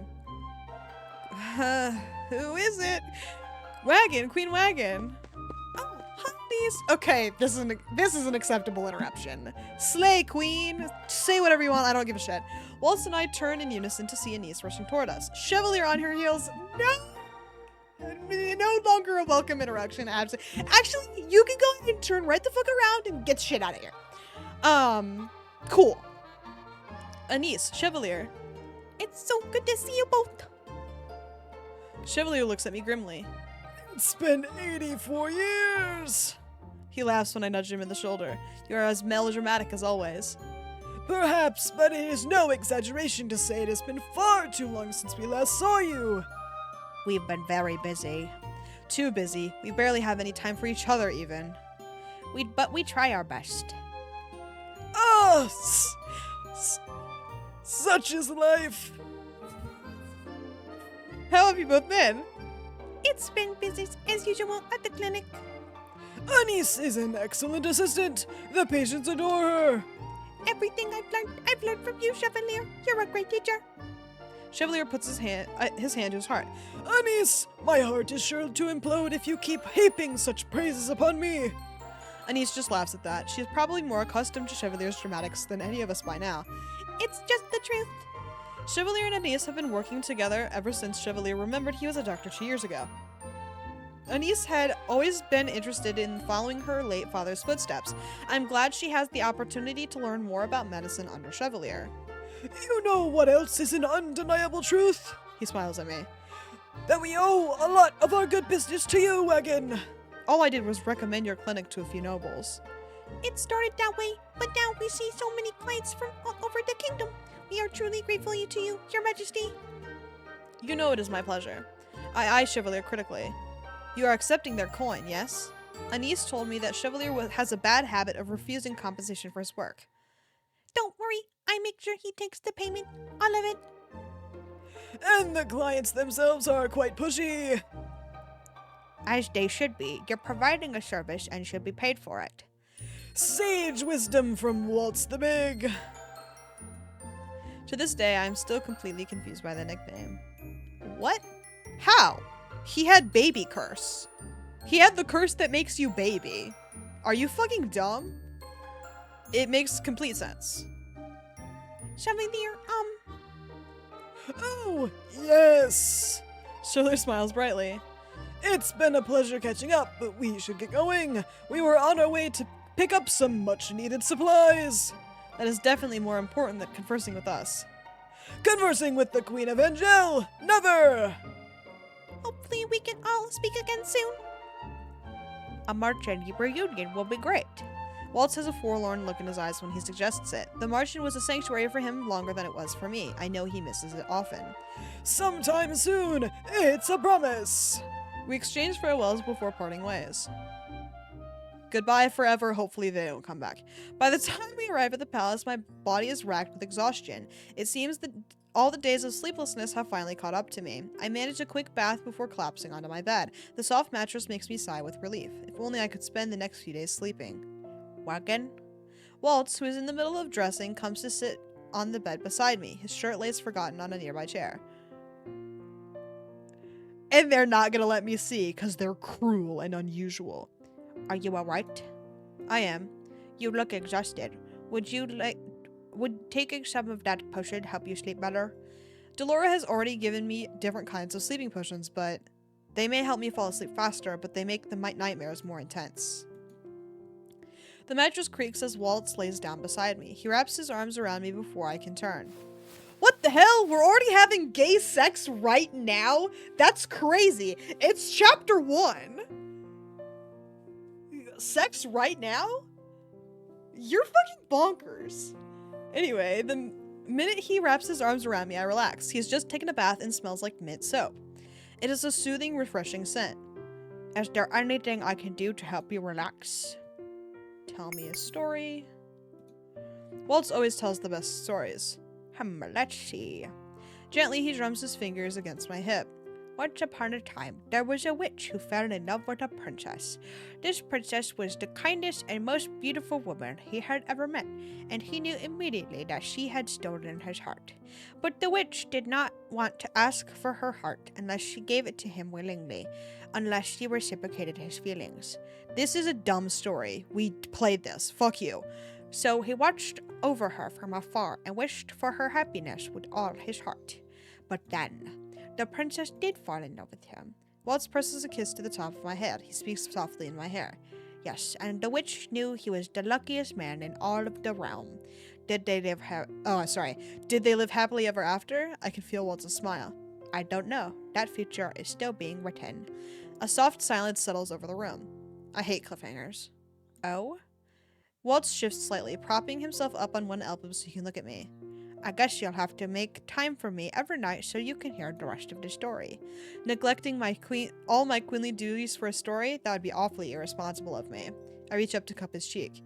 But neglecting them for you? That is dangerously tempting. I shudder when Waltz turns my hand and presses a gentle kiss to my wrist. I'm the luckiest woman in the world to have someone as good as you by my side. Strangely, Waltz falters. His eyes flash with uncertainty. I try my best. His voice is uncharacteristically quiet. It is such an abrupt change that I cannot help but be worried. Waltz, is something on your mind? I was just thinking about the past. He settles back onto the pillows and closes his eyes. You remember when we were children? You were my guiding light back then. You still are. You were mine, Waltz. You still are. Again, there is that awkward silence, but then Waltz smiles. I'm glad the feeling is mutual again. His eyes are still closed. I know Waltz well enough to know what he means. That he means he is ready to sleep.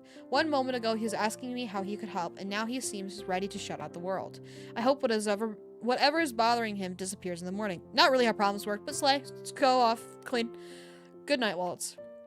Waltz grips me a little tighter. Good night, little star. Okay, good night. Happy gay sex scene. That was crazy. Chapter 2. We got there early. Damn. That's fucking wild. No matter what you do, you will never be good enough.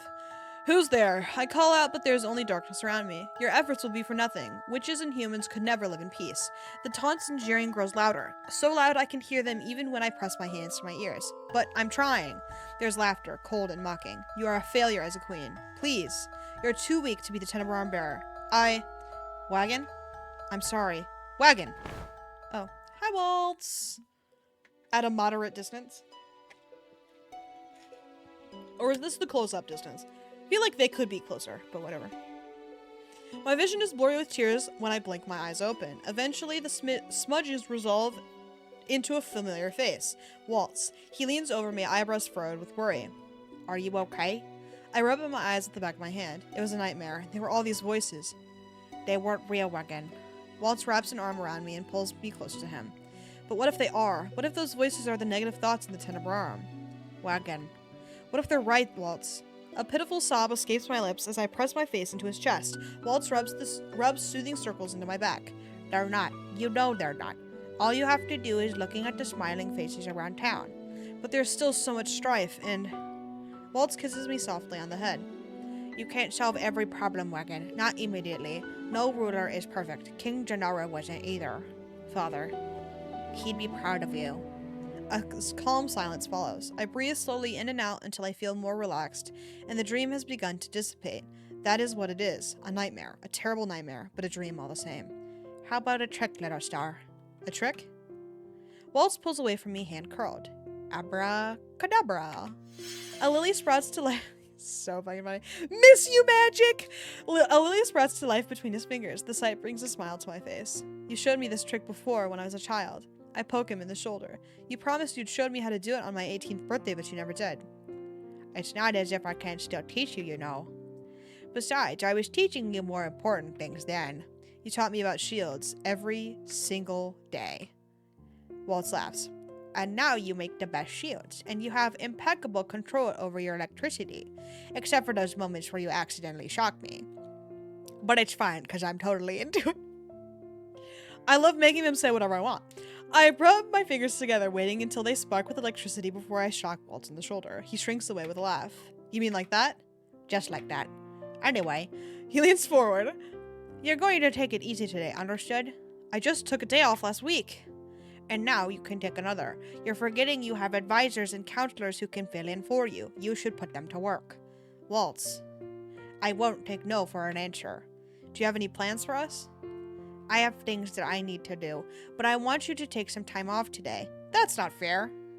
It's more than fair. I'm just looking out for you. Concede? Why? This game fucking confuses the shit out of me. I don't get any of the choices that I have to make. I grumble beneath my breath. Fine. No doubt I will be panicking all day about the work I will need to do tomorrow. Taking a break is going to be more stressful than doing work. Not if you let yourself relax. Breaks aren't just nice, they're necessary. We do our best work when we're refreshed. Why is it that I must take a break when you won't? You're making this into a competition when it is definitely not supposed to be. He leans forward to kiss the tip of my nose. Do this for me, little star. He looks at me, eyes wide and pleading. The expression is so endearing I cannot help but laugh.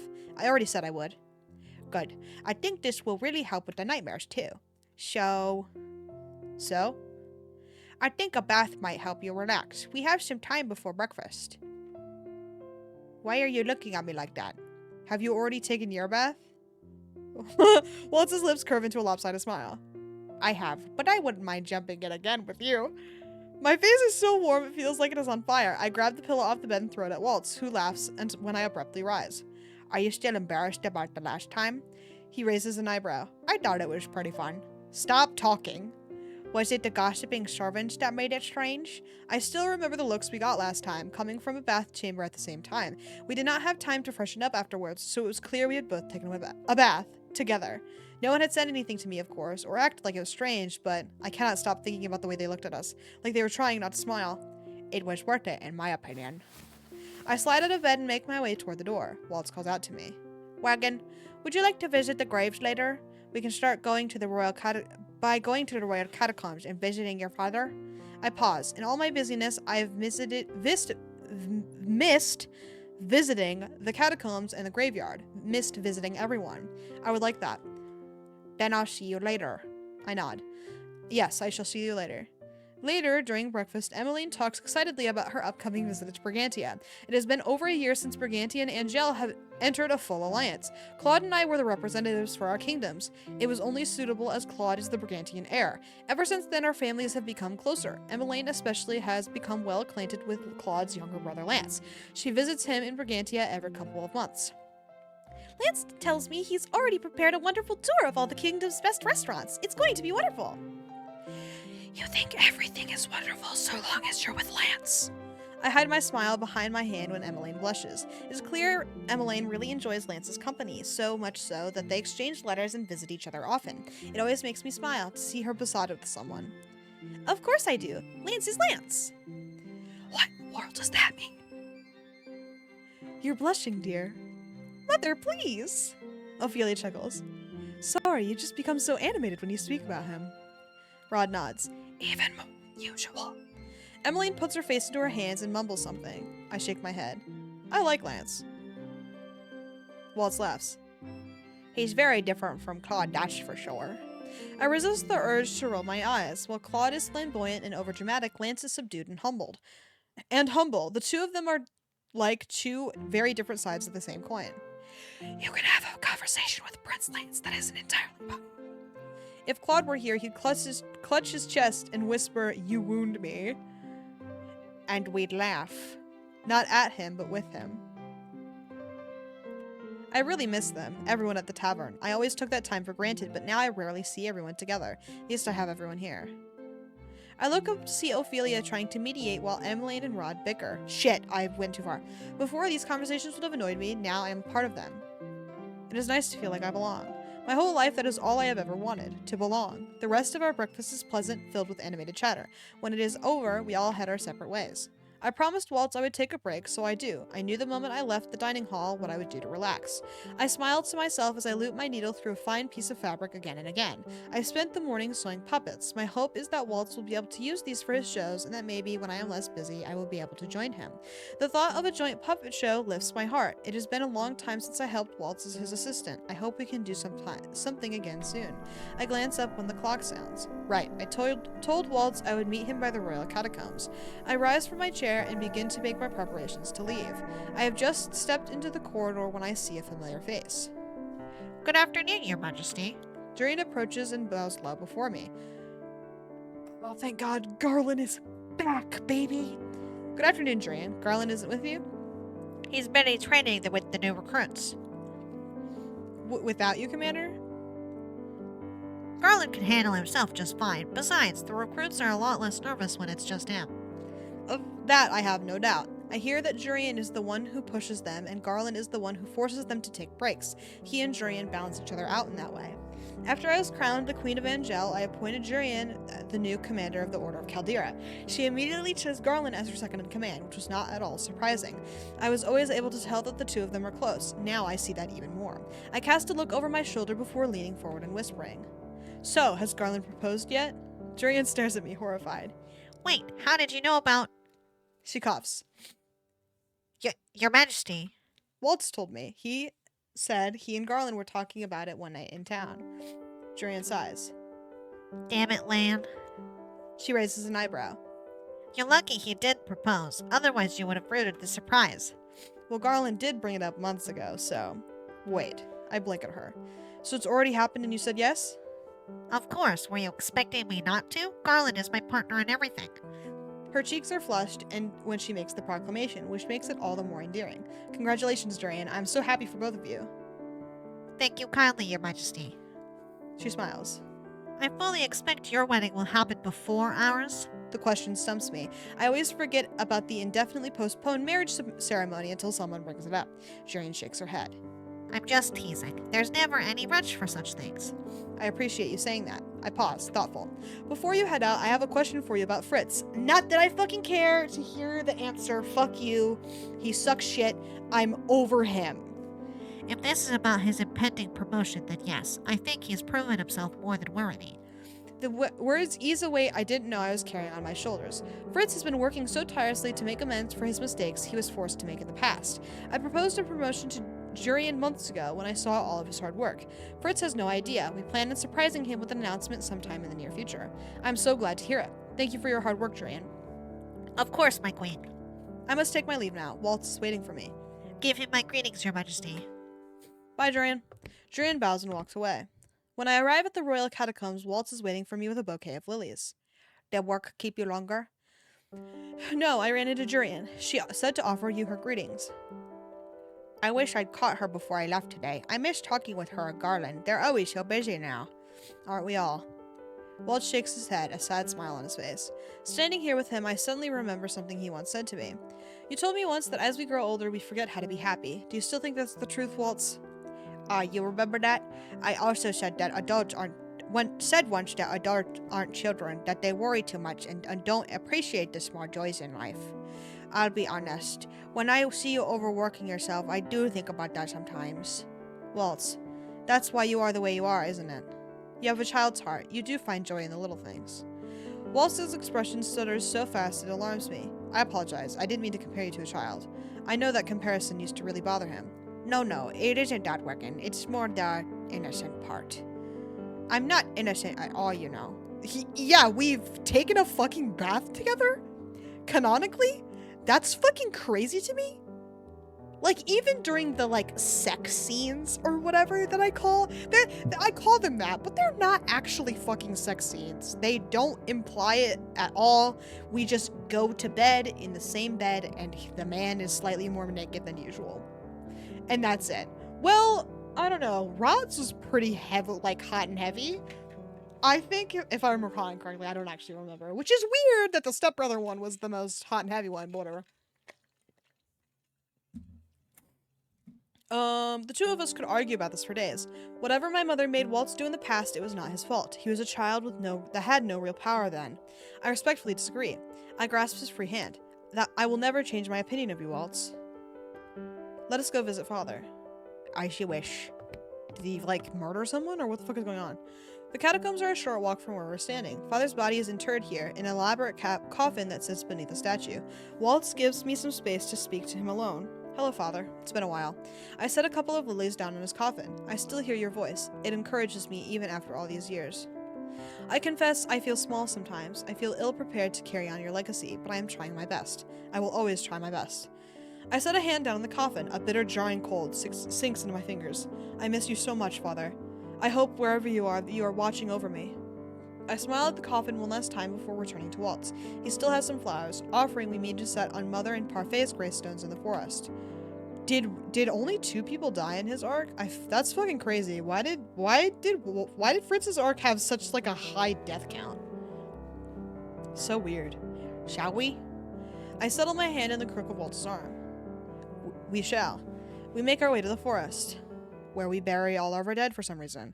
The smell of flowers permeates the air as we draw closer to the small gravesite. It is not long before I see the field of flowers that mark the site. It is a serene place, filled with a plethora of vibrant flowers and littered with rays of sunlight. It is the perfect resting place. We make our way over to the two gravestones erected in the center of the field, the previous Lucius and Tenenbaum bearers resting side by side. Waltz sets a lily down on the first grave. For Lady Parfait. I set the other lily down on the second gravestone, and one for Mother. They were enemies in the end, but I really hope the 2 of them are at peace wherever they are now. Waltz sets a hand on my shoulder. If Lady Parfait was here, she would no doubt say that she was proud of you. Parfait was always kinder to me than I deserved. That's not true, Wagon. You deserved all that kindness and more. My eyes linger on Mother's graves. Waltz seems to read my thoughts from my silence. I think your mother would have been proud too, but Mother felt I was a traitor in the end. Sometimes in my nightmares I can still hear her screaming, that same scream that echoed in the throne room when I betrayed her trust and shot her with electricity 2 years ago. Oh, we killed that bitch? Slay. The Hilda you knew was corrupted by the Tenebrarum, but Lady Parfait said she was a kind person before corruption. I'm sure there was still some of that person left in your mother when she died. A chasm always opens up inside of me when I realize I never truly knew that version of my mother. The mother I know was cold and manipulative. She erased my memories and used children to do her bidding. My eyes wandered to Waltz. I'm sorry, Waltz. For what? For the way my mother must have treated you. I remember when the king told me Waltz found out belated me that my mother killed his parents. She stole everything from him. I've told you before, Wagon, none of that was your fault. Without you, I probably would have become corrupted by the darkness of the Tenebrarum, too. You were my guiding light back then, and you still are, little star. He crosses his arms as he looks at the gravestones. There's a thoughtful, forlorn look in his eyes. Do you mind if we take a detour on our way back to the palace? A detour to the march-in? Walt shakes his head. No, it's here in the forest. He brushes past me and makes his way over to a rose bush. He plucks 2 of the flowers, then turns to me. It won't take long, I promise. Oh my god, it's his dead parents. I nod, more curious than than anything else. Walt smiles. Thank you, Wakan. He snaps his fingers. A bright light encompasses the area, and moments later a portal appears before us. Waltz and I walk in it hand in hand. Whoa! New location! It's the forest flip-flopped. Don't think I didn't fucking notice. My vision briefly goes white. When it clears, I see I'm in a different part of the forest. This place is quieter, even further away from the hustle and bustle in town. I do not recognize it at all. That's okay, because I do. This place is still the same. Where is this place? Waltz pulls me forward into a clearing. It is empty, save for 2 big rocks lying incongruously on the cleared ground. How did I know? It's his dead fucking parents. His grip tightens on my hand. He suddenly looks tense. Waltz? This is where my home used to be. I glance at... Oh my god! I glance around the area and notice scorch marks on the trees. Your home? You mean... This is where I used to live with my parents. Waltz's face is filled with melancholy. This is the first time I've come back to this place in years. Why did we come back here today? What a weird-ass day to be doing this, but whatever. This area... I can't believe I came out of the side face. You'll get used to it after a certain point. I'm so sorry about side face. Sometimes he looks kind of cute during side face. If you don't look too hard. And 99% of the time I'm reading, so I can't really look at it anyway. But anyway, welcome back. I have so much to update you on. I looked hard. Do not look hard. That's when it looks bad. No, but I have so much to update you on. So we're on chapter 2 right fucking now. We've already had sex. And canonically we have taken a bath together. Like the game talked to us about how we've taken a bath together in the past. It was fucking crazy. Anyway, I think that was it. Already? I know! I mean, like, he just laid there or whatever. Like, he hugged us while he was half naked and we were fully clothed, but yeah, it was crazy. A very early sex scene. It was like the end of chapter 1 that we did that. It was fucking bonkers. I think it was the first CG actually, which is crazy. His arc has been kind of cute so far. We did a he was in town doing a puppet show for the kids, and the good ending or whatever, like the good versus bad ending. It's just good versus great, but we'll call it good versus bad because it's easier. But for the good ending, you had to not watch his puppet show, which pissed me off. But it turned out okay because we ended up going to get candy apples and we handed them out to all the kids, and then we had a couple of candy apples. It was kind of cute, I'm not gonna lie to you. Either I am thoroughly charmed by Waltz or the writing is actually pretty decent. I can't decide. So now that you're back, you can keep me in fucking check. Admittedly, the bath was weird, but for the other shit. Anyway, right now we're currently visiting his burned down home. Compared to Fritz, the writing is fucking off the charts. Fritz has been here. It was awful. It was fine. It was a mediocre conversation. Rumpel has also been here, so we don't have to talk to him the rest of the arc, I think. So, thank God. But anyway, The area of the forest is unnaturally quiet. Feels as if the trees themselves are mourning, like grief has drenched this place in a permanent, stifling melancholy. I have asked Waltz many times about his childhood. Always he tells me his memories of his past are hazy. I never pushed him to recall anything on my behalf. I know what it is like to be weighed down by traumatic memories. But seeing the sadness on Waltz's face now, I wonder how much he has been keeping from me, not because he doesn't remember, but because he does not want to remember. I'm sorry, Wagon. I'm afraid I haven't been entirely honest with you. I said before I didn't remember a lot of my life before Hilda, but that was a lie. You do not need to apologize to me, Waltz. I know some memories are better left buried. That's how I felt too. That's still how I feel. He breathes out softly. I always told you I would bring you here after we got married, so that I could introduce you to my parents. That's very weird. He shakes his head. But you let me accompany you to visit your family, so I want you to meet mine. Waltz walks me over the rocks, his parents' graves, I now realize, which I called really early on. My parents told me they built this house all the way out here because they wanted to avoid humans. It was the safest place to be during the war. My parents were pacifists. To avoid detection, they rarely used their magic, which meant they barely taught me how to use my magic as I was growing up. But everyone says you were a child prodigy. Waltz nods. I studied on my own when they weren't watching. He shuffles on his feet, suddenly looking abashed. I snuck out to town and participated in secret tournaments even. There were tournaments happening during the war? Waltz sighs. Most of them were harmless, a means for witches to practice their magic without humans finding out. But some of those tournaments were not so harmless. I can only imagine some witches used those tournaments to hone their skills for more nefarious purposes, but then I am certain there were knights who were training to do the same. I only went to the tournaments to practice, but I ended up drawing the attention of some very dangerous witches. My mother. Waltz nods. Hilda was never a part of the tournaments herself, but she recruited her best witches there. I knew none of that. I was just a kid. Waltz crosses his arms. He shudders, even though the air is stale and there's no breeze. My parents eventually found out about my excursions and forbade me from going out. I didn't know it at the time, but Hilda had approached them when I wasn't home. She said I had potential, that she wanted me as her apprentice. I look around the quiet clearing, heart sinking. I feel I already know this is how the story ends, and it makes me feel hollow. I was stubborn. The day my parents died. Waltz is looking at the gravestones, expression deadpan. I'd snuck out to participate in another tournament when news spread of a house burning in the forest. Waltz squeezes his eyes shut. His breathing hitches. By the time I got back, everything was already burned down to ashes. Waltz. Hilda approached me that same day. She told me the fire had been started by witch-hating humans. When I had nowhere else to go, she offered me a place to stay, a home. She applauded my strength. She made me feel valued.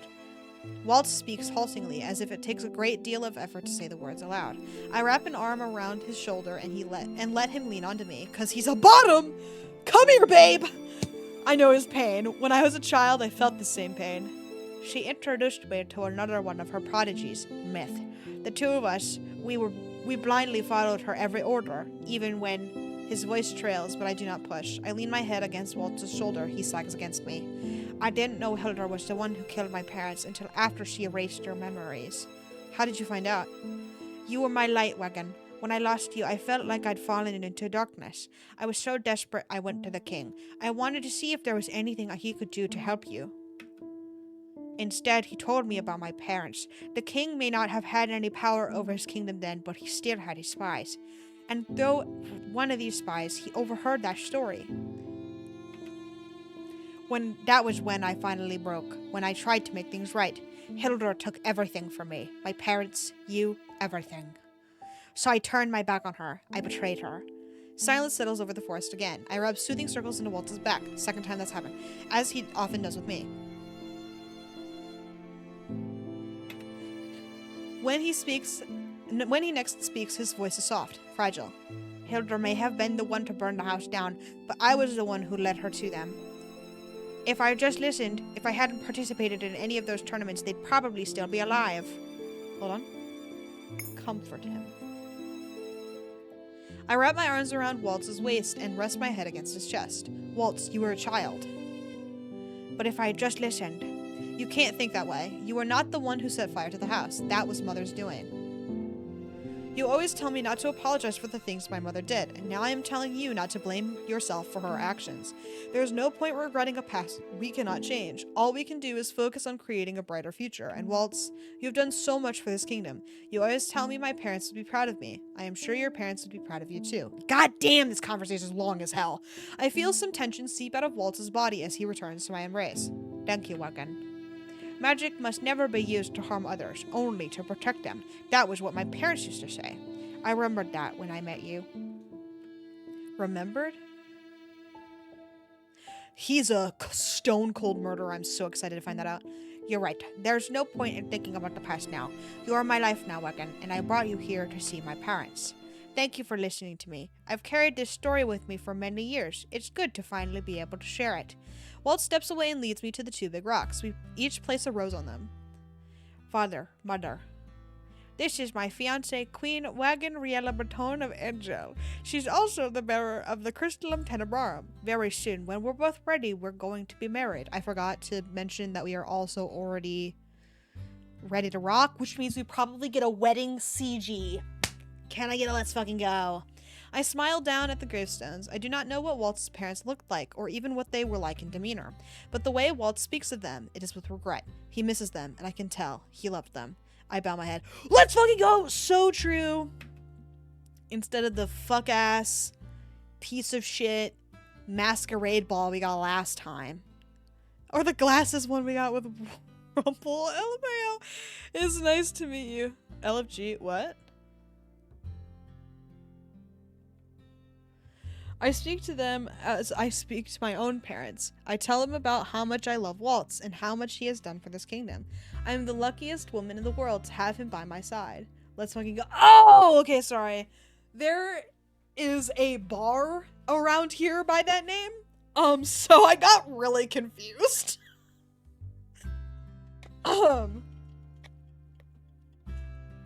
Anyway, Waltz is beaming beside me. Thank you, Wagon. And I am the luckiest man in the world to be able to stand by your side. He gently squeezes my hand. It'll be dark soon. Indeed, maybe we should head back. Waltz looks thoughtful. Actually, if you wouldn't mind, I have something I want to show you. Something else? Waltz laughs. I know I'm just dragging you all over the place, but this will be worth it, I promise. Okay, let's go to the other side of the fucking forest, and now it's dark outside. Waltz and I walk through the forest until we reach a hill at the outskirts. Here, we have a clear view of the night sky and the scintillating, what the fuck, stars strewn across its expanse. They were like, let's crack open a thesaurus, I think. Waltz, what are we doing here? Stargazing. When I just blink at him, Waltz laughs and tugs me gently down to the ground. I sit beside him, shivering slightly as the cool breeze rustles my clothing. It is a chilly night, but this breeze is actually refreshing. When was the last time you saw a shooting star? I don't remember. I do. It was a long time ago, not long after I met you. Oh? I just snuck out of your room and back to mine. He smiles softly.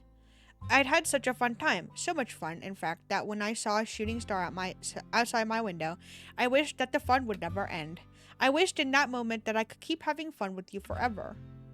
He likes to draw and play. I am so charmed. It's bad. Your wish came true. Waltz laughs. It did. Your happiness was always my primary concern, but it means the world that I could be the one to share that happiness with you. There's no one else I'd rather share it with. I gasped when something bright streaks across the sky, one of the shooting stars we had just talked about. I do not remember if I have ever seen a shooting star, but I know what comes next. I clasp my hands together, close my eyes, and make a wish. I wish to be the queen my kingdom needs, and to be a bearer worthy of the Tenebrarum.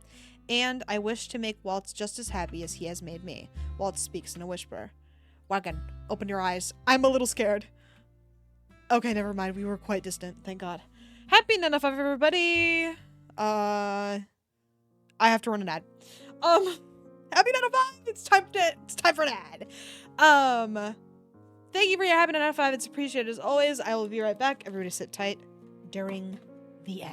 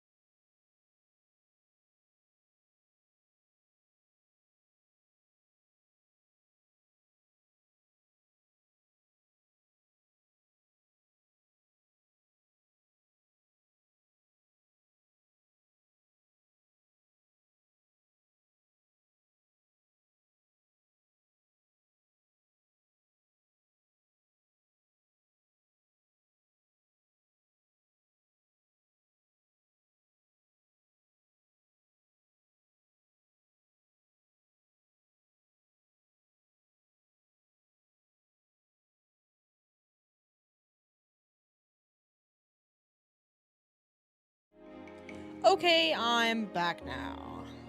Let's fucking jump right in. I open my eyes to a sight so stunning it takes my breath away. The sky is filled with shooting stars. It's like magic. You're the Tenebrum Bearer. I'm sure you could perform this kind of magic if you wanted to. I did not think I could capture this kind of natural beauty. Waltz looks at me, smiling gently. They're beautiful, but not as beautiful as you, little star. Thank you, it is good to be back. Hope your ad break was good and positive. Or whatever you want it to be. Not positive, fuck ads, I don't know. His voice is my favorite, and it always will be. It's one of the easier ones to do. It's fucking awesome. The words make my heart hitch. Sometimes I do not think I deserve you, Waltz. That has never been true. I am the unworthy woodwagon. I fucking hate when people do this. Shut the fuck up. Challenge, impossible difficulty, you're annoying. Blows you up with mind. I disagree. You've always been more than worthy, Waltz. Thank you, Waltz, for everything. I'm so happy we were able to spend this much time together today. Me too. Waltz looks quiet, thoughtful, as he gazes up at the night sky. Someday, when everything is more stable, I hope we can spend even more time together, and that we can share that time with others. Oh my god. My brother's thinking, let's have kids. Others?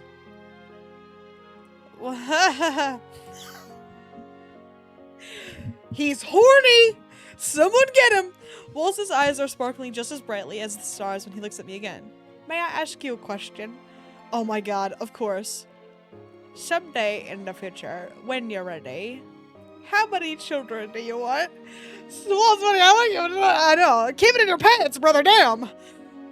The question makes my cheeks burn. Children? Let me check.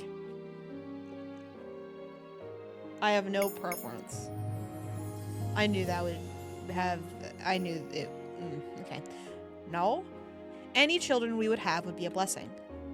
Now it is Waltz who blushes. The rosiness of his cheeks makes me laugh. How many would you want? 7. You're right. Any child would be a blessing, but... You want many children. How did you know? It's not hard to guess. You are always so good with them, Waltz. Children adore you. I get that it's like a huge green flag for like a man to be like super like chill about raising kids or whatever. But 7. I only hope I would be as good a mother as you are a father. There's no doubt in my mind the children love you too, you know. But my mother, you aren't your mother, Wagon. You're full of love and light, little star, and you would be an amazing mother. Is there any reason you asked me the question in the first place? Well, I'm kind of fucking horny, so do you mind getting back to the... The voice is so fun and also a power I should not be allowed to wield. Anyway, while you were talking about the future earlier, that is the far future. Waltz laughs. Wherever and whatever the future is, I'm looking forward to it. I sigh, but I'm smiling. Me too, Waltz. I lean my head against his shoulder, he interlaces his fingers through mine, and kisses my head. For a while, the two of us sit there watching the stars. We do not think about the crushing weight of the present, but instead turn our gazes toward our dream of a brighter future. So far, Waltz's route has just been going on mini dates. Which is chill. I feel like that's what it should be. But whatever. The Martian! My beautiful wife! My beautiful wife, the Martian! Anyway. He's late as always. Delora paces the room, arms crossed. He always talks about practicing his magic, but he really needs to practice is getting to places on time. Missed her! Me too. Seven kids with the Martian. Yeah, we love the Martian. Love you, Martian! Waltz and I exchange a look. The two of us are sitting on the settee, holding hands. There's a tinge of exasperation in Waltz's smile. Typical Cinna. Today I have come to the Martian to discuss the tenuous relationship between humans and witches with Cinna, the newly dubbed Lucius Bearer. All of us were surprised when Cinna suddenly showed up at the Martian a little less than 2 years ago, proclaiming to be Parfay's relative and the next bearer of the Lucius. It turns out Parfay had prepared him long before she passed, though she made it clear she never wanted him to take over at so young an age. Many fairies have voiced their concerns that he is too young and inexperienced to be the bearer. I myself have not spoken too often with Cinna, but based on our meetings, I believe him to be more than capable. Still, even if he is the Lucius bearer, he is still young and has much to learn about priorities. Where is he now? Dolores snorts. He left this morning to go hunt for some special beetle. A beetle? Waltz laughs. Another one? He was telling me the other day that he caught some rare horned beetle. I love his autism.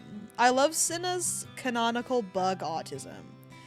I hope you didn't praise him so much you inspired him to add to his collection.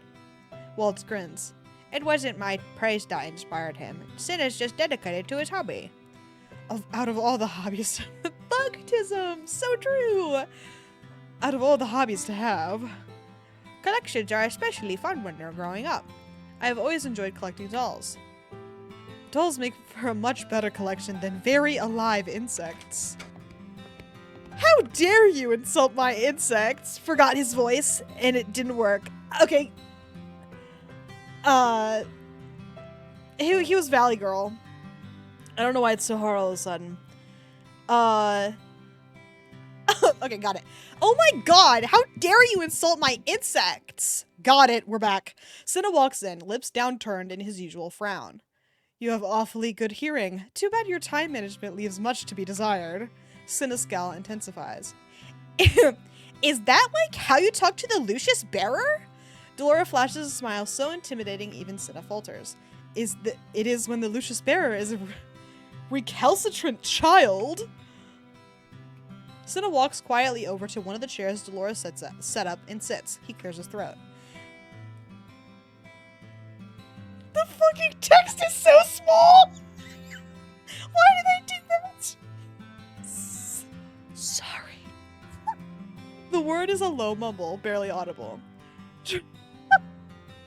Try not to keep the queen waiting so long next time. Stop changing the text, man. It's freaking me out. Fine. Besides me, Waltz looks like he's trying very hard not to laugh.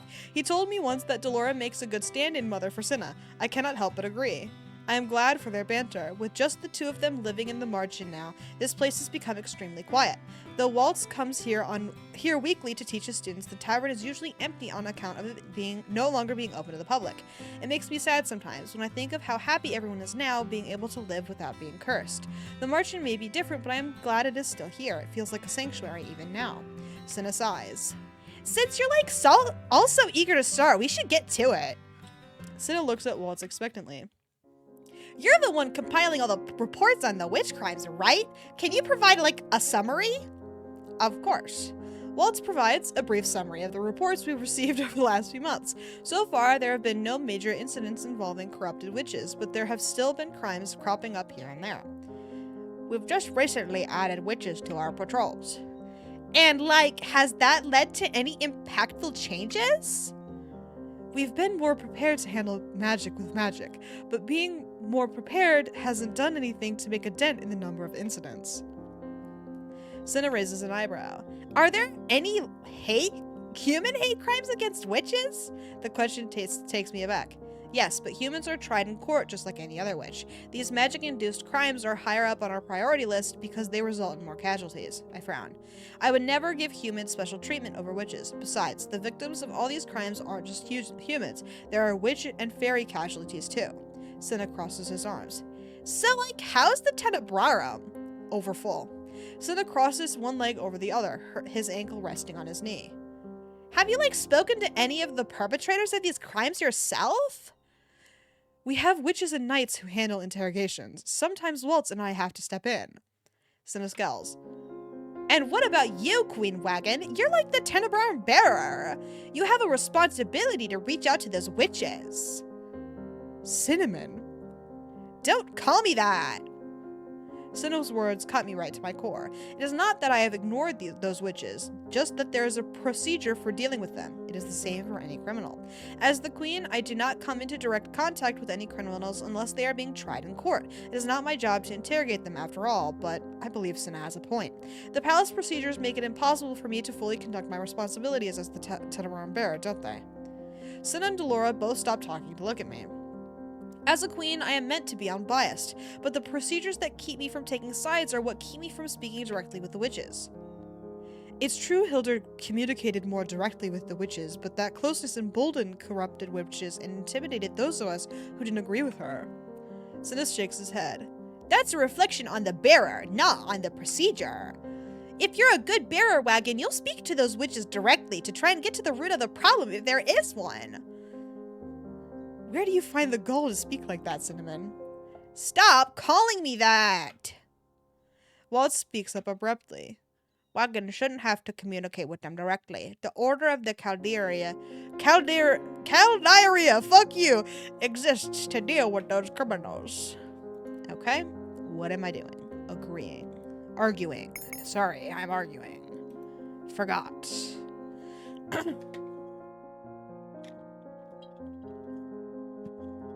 We're on chapter 3 already. That's crazy. I think Cinna has a point. But Wagon, I'm more than happy to interrogate the witches with Delora and deliver the reports myself. The comment for some reason makes me bristle. Waltz has been doing everything he can to help with the witches, but Cinna is right. My approach is clearly lacking. If I am to understand this problem, I must reach out to these witches directly. I must hear their testimonies firsthand, before they are pressured into a confession and brought before me in the throne room. No, Cinna is right. It is my responsibility as a bearer to listen to the witches, even the corrupted ones. They are criminals, yes, but I must hear them. Wagon. I know you're going to tell me I'm overworking myself, Waltz, but I am the Tenebrarum bearer. I cannot just shirk my responsibilities. I am baffled by Waltz's distress. Normally, he does not wear his emotions so openly. Normally, he is supportive of my decisions. Why is he so adamant about this?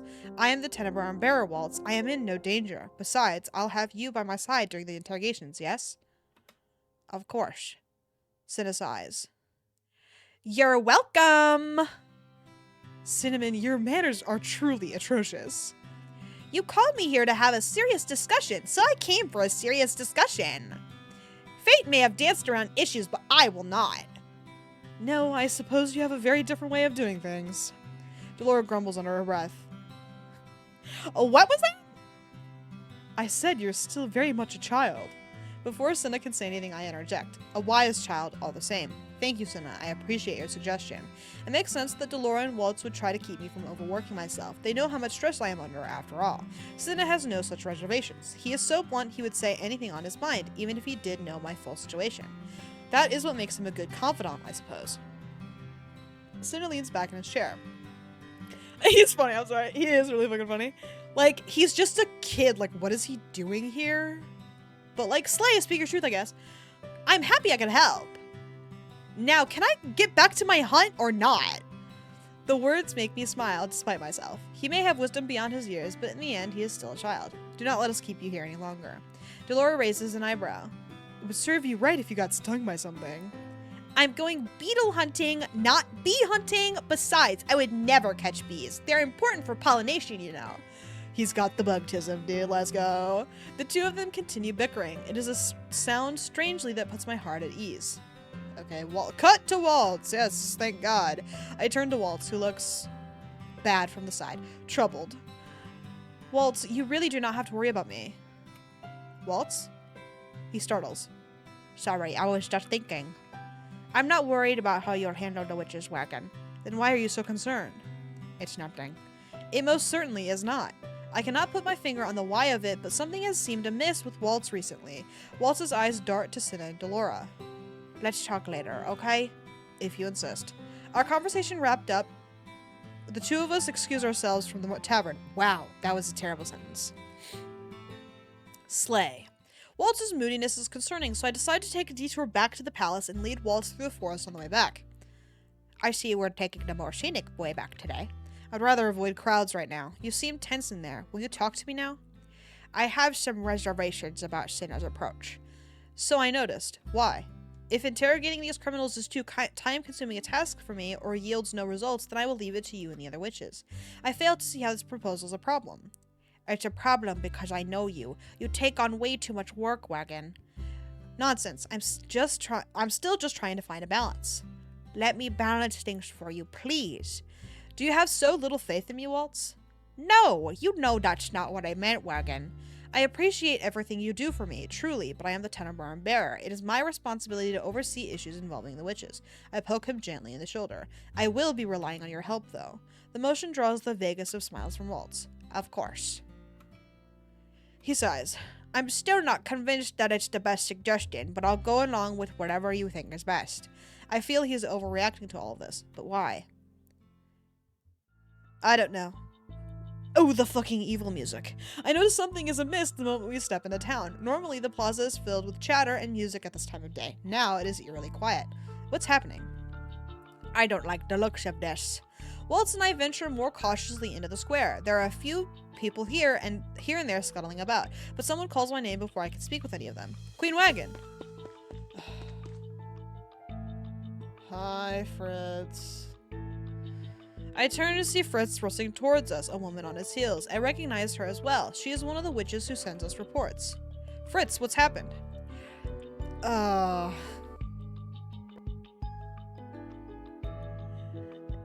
There's been an incident in the marketplace. Okay, whew. I was so excited to not ever talk to Fritz again, I fucking forgot his voice on purpose. Oh no. A witch set fire to more than a dozen stalls. The witch points. I follow her gaze to the smoky tendrils curling through the air a short distance away. The fire's just been put out, and the merchants and customers who inhaled dangerous amounts of smoke have been taken to a clinic. And the witch who started the fires? He has already been taken in by the commander. I must speak with Jurian then. I'm going to do a scope of the area with my men to make sure there are no accomplices. I'll see if I can repair some of the damage done to the stalls. Thank you both for your hard work. My heart is pounding in my chest as I incline my head. We should get back to the palace. Right. A few of the wandering knights around the plaza accompany us back to the palace for extra protection. Hey, Goblin! So glad to see you're alive, open, walking, my brother. Missed you. Wow. Duran and Garland are waiting at the gates when I arrive. Your Majesty, there's been an incident. I let Jurian repeat what Fritz said as we walked together through the halls. She tells me the witch we added to the patrol helped the knights capture the arsonist. Okay, slay, witch we added to the patrol. And where is this arsonist now? In the dungeons. We've tried to interrogate him, but have had no luck so far. Here it is, an opportunity for me to get to the root of this problem. Lead me to him. I'll go with you. The four of us make our way down to the underground dungeons. We haven't been here at all in Evermore except for Waltz's arc, which is so weird, but I'll take it. It's kind of whatever. Especially considering the underground shit was such a big part of Rod's route in particular in the base game. We went here a couple times in everybody's route in the base game, but like it was very significant for Rod in particular. It's just weird that we've been down here twice with Waltz in Evermore, but never at all with anybody else in Evermore. Very weird, but anyway. We make our way to the designated prison cell. As of yet, there are not many cells that can hold witches. Waltz and Delora personally enchanted some of them to suffocate any form of magic, but we have only been able to charm a few areas. Thankfully, the lack of cells is not a problem. Hopefully it stays that way. Jurian and Garland stop in front of one of the cells. Here we are, Your Majesty. I squint between the wall of bars into the darkness. I see a man huddled in the corner, his back to us. Waltz moves to stand in front of me, posture stiff. Wagon, let me handle this, Waltz. I peer into the bars. Your queen stands before you. Will you not acknowledge me? You are not my queen. The man glances over his shoulder. The only queen I acknowledged was Queen Hilda. You are nothing but a usurper. Oh! You will show Queen Wagon respect, or... It is all right, Jurian. I turn back to the witch. We seem to have his full attention now. Will you tell me why you did what you did? What is it you hope to achieve? Will you not speak a word in your defense? The witch says nothing, just glares daggers at us. Not that he can, he doesn't have any fucking eyes. If you don't say anything. The witch laughs suddenly, a hollow, cold sound. I was wondering when you'd speak up, Waltz Cresswell. You used to be so loud. When was it that you were tamed? He's my dog. Haha, fuck you. Waltz narrows his eyes. Spouting nonsense isn't going to get you anywhere. Oops, sorry. Give us answers or you'll doom yourself to a life in this cell. The witch smirks. And what will you do to get those answers from me? Torture me with magic? Waltz inhales sharply. He says nothing as he glares back at the witch. For a few moments, the two just look at each other, and then the witch smiles. Dismiss your knights and Cresswell. Then, and only then, will I speak with you, false queen. A shudder climbs up my spine as the witch looks directly at me. He is a criminal, a witch, but I am the Tenebrarum bearer. You are in no position to make such demands. No, it is alright, Jorian. Wagon? I will be fine. Please wait for me by the entrance. I'm not going to leave you here, alone in here with a criminal. I'm not asking, Waltz. Where? He looks at me stunned, but I cannot show weakness in front of a criminal. I cannot dither. We'll wait for you, Your Majesty. But if we hear even the slightest disturbance, we'll be back. Thank you both. Bye, Waltz. Waltz is the last to leave, because they had to fade him back in and then fade him back out. He looks at me uncertainly, almost pleadingly, but when I do not budge, he eventually turns on his heel and leaves. The witch turns to me after their footsteps have faded into silence. Are you sure you want to keep Cresswell around? He betrayed the previous bearer, you know, and all for the sake of a single girl. That single girl was me. The witch laughs. And that means nothing. Loyalty and love are not mutually exclusive. Get to the point. You said you would speak to me. He smiles at me coldly. So I did, but I would much rather speak of the past than the present. That was not our agreement. The witch speaks as if he hasn't heard me. How much do you know about the man who follows you like a shadow, about Waltz Cresswell? We are not here to speak about Waltz, but I am. Me, the player, is. Go ahead, buddy. I am listening. My ears are open. What did you do? Did he kill some people? Was it cool? Is he the most interesting character in the game? Reveal it all to me. I am here to listen. I am sitting down. But don't you want to know what he did for your mother? Why we call him one of the most powerful witches of his time? He must take my silence for curiosity. Hope he killed a guy? Me too! Take my silence for curiosity because he pushes on. The man who walks these halls with you is a murderer! Yeah! Woo! One of the biggest criminals of them all, and you let him walk free. My heart hammers in my chest. How dare you spout such lies? It's no lie. Ask any witch and they'll tell you. Waltz Cresswell was Queen Hilda's right hand. He dealt with traitors by getting rid of them entirely. The witch you speak of so highly has more blood on his hands than anyone. Why have you not punished him? I know Waltz worked for Mother, but he never did tell me what it was he did for her, and... I apologize, I didn't mean to compare you to a child. No, it isn't that, Wagon. It's more the innocent part.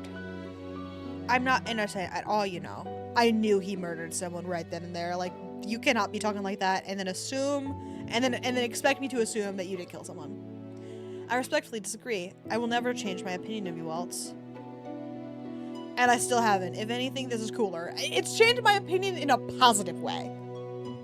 He always balks when I call him good or innocent. The witch snorts. Hero who ended the Great War? Hardly. Waltz Cresswell is a worse criminal than me. Hold on. Let me fucking check. You have no right to judge him. I carefully tuck my concerns away. I will not show this witch how much his words have rattled me.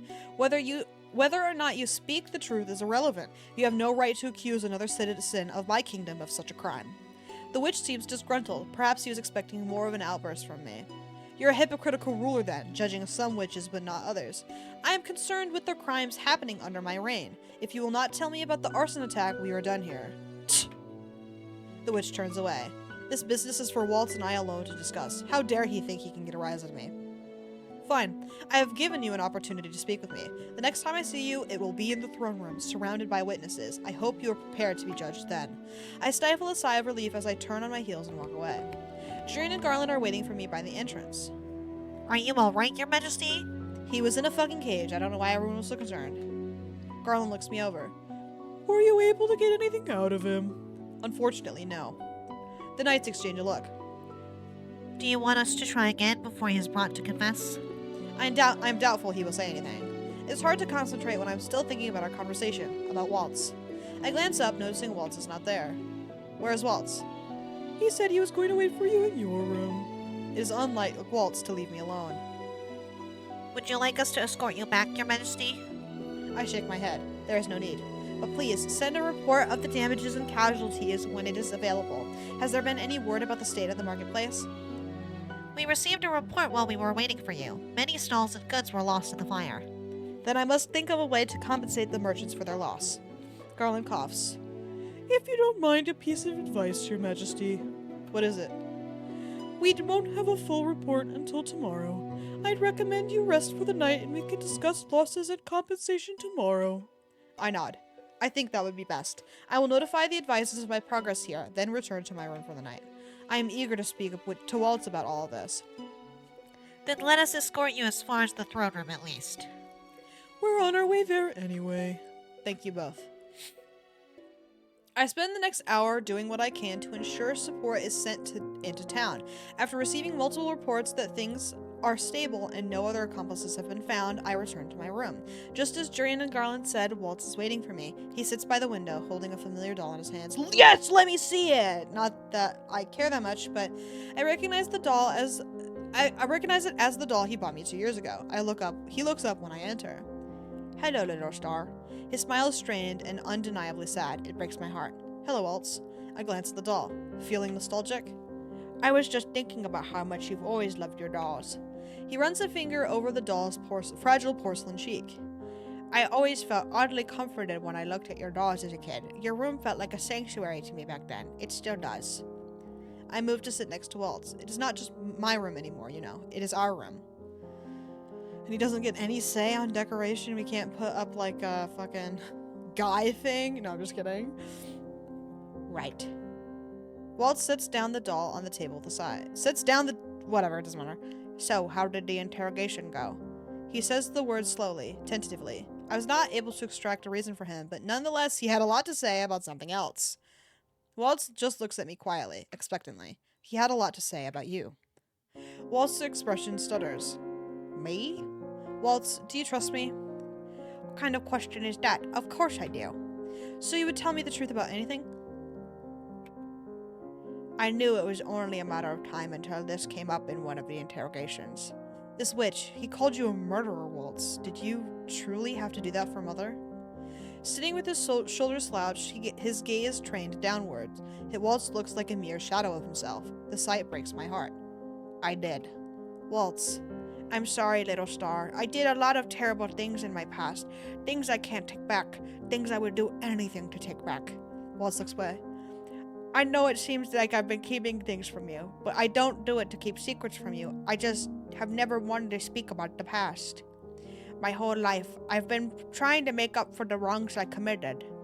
My parents' deaths, the humans I had to hurt for Hildur. I don't think there's anything I could ever do to make up for it. I slide closer to him and place my hand over his. The reason you were so adamant about me not accompanying you to these interrogations was because you feared a corrupted witch would say something in my presence, wasn't it? And it happened almost fucking immediately. His fears were absolutely correct. I meant what I said about me not wanting you to overwork yourself, but yes, that was a part of it too. Waltz, how long has this guilt been gnawing at you? My whole life.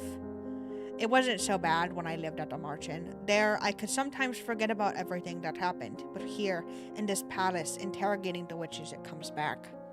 He looks up at me, gaze somber. I'm sorry. For what? Waltz, I have told you 100 times that my mother is the one who forced you to do those things. That doesn't change the fact that people have been hurt because of me, that they've lost loved ones because of me. King Gennaro ought to have punished me for what I did. I can still remember what Father said to Waltz when he saw us together in my room all those years ago. No, Waltz, my father was grateful to you. It was because of you my mother could be defeated in the first place. As for the guilt you feel, I shake my head. I know what it is like to be crushed by grief. I still remember... Grief? Okay. Thought we were talking about guilt, but sure, grief is fine too. I still remember the guilt that crashed down on me when I found out I was the Tenenbaum bearer. I remember the helplessness I felt when my father died before my eyes. No one can absolve you of that guilt except for you, Waltz. Wagon. It's true, you cannot make up for wrongs of the past. A right doesn't resolve a wrong. But Waltz, you saved this kingdom twice. You were under no orders then. No life can ever be weighed against another, but you have saved so many people, Waltz. I like how she's like, You can't weigh a life against another. However, you've saved more lives than you've killed, so we're weighing one life against another. I lace my fingers through his and gently squeeze his hand. You saved me. Waltz's hold on my hand tightens. It feels almost desperate, as if he's clinging to me. You saved me, Wagon. You put a smile on my face when it felt like the whole world was crashing down on me. Around you, I could be at peace. I could be myself. He shakes his head. Who cares? He's gonna, I know, I agree. It's like, everyone shut the fuck up. No one cares about this. Certainly not me, man. In fact, I'm pro murder. We should get him in there. Let's go ahead. Set you up for some more murder. I know it's no excuse, but that's why, all this time, I didn't want to divulge anything about my past. I always talk about facing the present together, about not lingering in the past.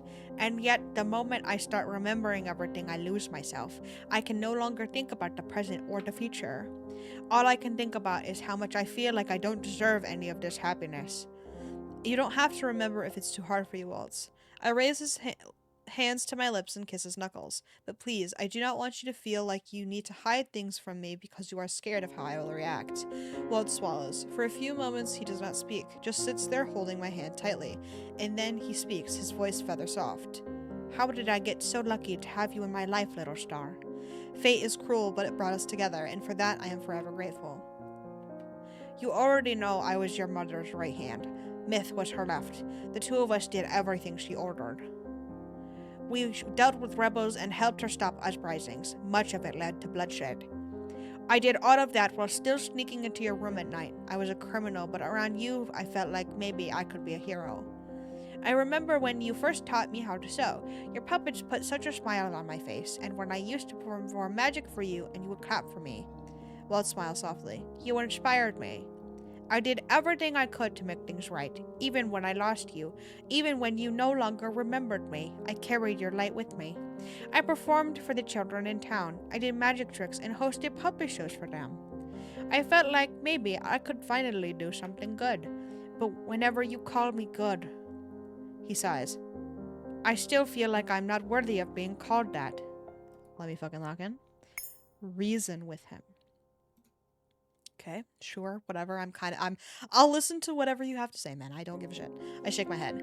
Do you know what I learned 2 years ago, Waltz? I learned that the line between good and bad is thin and murky. Parfait once told me that there is no balance without darkness. Just as the Tenebrarum and Lucius are two halves of one whole, we all too are made of darkness and light. We are all capable of incredible good. You taught me that. When I say you are good, I acknowledge even your faults, Waltz. I love you, Waltz, exactly as you are. Waltz leans over to plant a kiss on my cheek. I shift slightly so that I can catch his lips with my own instead. Waltz's eyes are sparkling when he pulls away. I love you too, Wagon. Thank you for accepting me just as I am, a murderer. Always, Waltz. Please never feel like you must keep me in the dark, understood? Waltz smiles softly, still with uncertainty in his eyes. Crystal clear, little star. The words are still so fragile. I stand abruptly. Before Waltz can move, I reach over and pull him to my chest. If it were drawn better, I would be compelled. I'm not gonna fucking lie to you. I'm not gonna fucking lie. If it didn't look like dog shit, a murderer. If it didn't look like ass, I'd be like, slay, be a bottom, Waltz. But it looks fucking disgusting.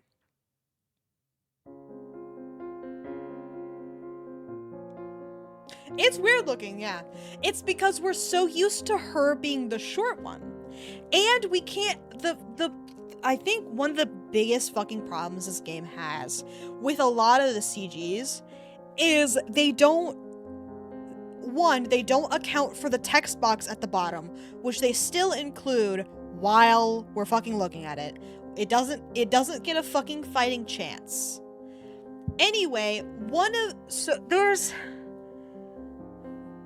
drawing someone, never, ever, ever cut someone off right at the joint. It looks bad. It's kind of uncomfortable. I don't think it's a tangent necessarily, but it could be considered one if you could argue.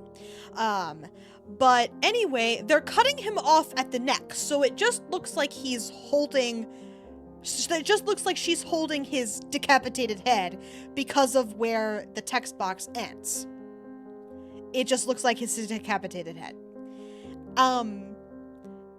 You're supposed to cut things off, like, if you're going for like a neck shot, either it needs to cut really close to the chin or it needs to cut underneath.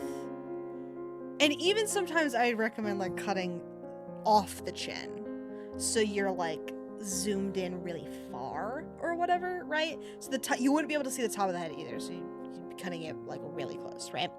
But anyway, so it's either like a little bit of shoulders or like under the chin would be where you'd cut it. And they did neither and cut it right at the neck. No good. Do not fucking do that, man. I feel like a lot of the CGs have similar problems where they look weird as a result of the placement of things. It also doesn't fill the frame very well. There's giant random spaces of like annoying blank space that doesn't help, or and it arguably as a result hurts the drawing because it's just there. It's not even. It doesn't follow any rule. It's like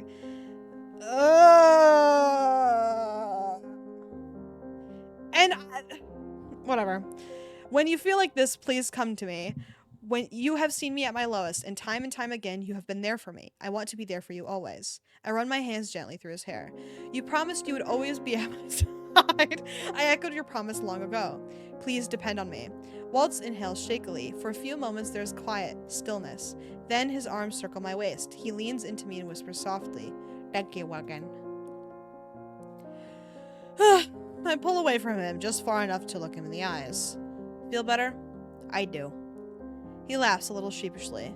I'm sorry you had to interrogate me in the end.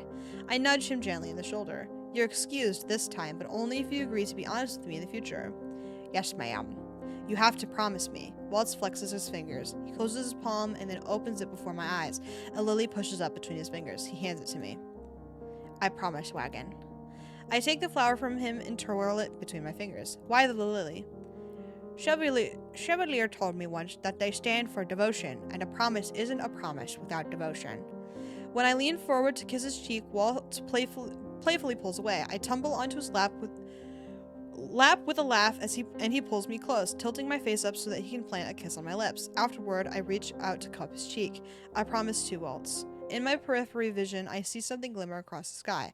I do not know if it is a shooting star, but still I make another wish. I wish for Waltz's happiness.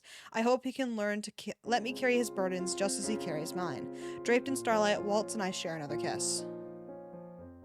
Ooh, chapter 4. I wish it had ended 15 minutes later, but whatever. Delora, my favorite voice. She doesn't really have one. She's just kind of whatever. I wish, I don't know, doesn't matter. It's too late. It's too fucking late for her. And that's it for the report. Delora steps back, arms crossed. What do you think, Wagon? I sift through the stacks of paper on the desk, eyes narrowed in concentration. Delora and some of the other witches under my employ have been looking for information about last week's arson attack. There have been no word of a confession or apology from the witch who started the fire. It is a fairly straightforward case, but nonetheless. We will have him speak before the counselors and witnesses at the end of the week. Hopefully then he will finally confess something. Good luck. He's as stubborn as a rock. In the chair in front of me, Walt smiles. Have you told Delora about that other thing you've been planning, Wagon? Other thing? I turned to Delora. Next week is the anniversary of the day Angel was saved. It is the day I lost my mother, again, and the day Angel became peaceful once more. Oh, right. Any fancy celebratory things happening this year? I may have suggested something special. I hope you did not. I do not need a fancy celebration. Every year, the townsfolk decorate the town with lilies to thank me for what I did, and every year, Waltz tries to plan some special event on the anniversary. This year, he will not be the only one coming up with a surprise. I shake my head to clear it. I can think about the surprise I have planned for Waltz later. For now, I need to focus on the anniversary celebration. Honestly, if we don't get him a puppet show, there's no fucking point in being alive. Fancy celebrations aside, I would at least like to give a speech this year. Don't you do that every year? Yes, but I normally address the populace as the Queen of Angel. I look at her resolute. This year I will give the speech as the Tenenbaum bearer. Hold on. I will show them I am not my father.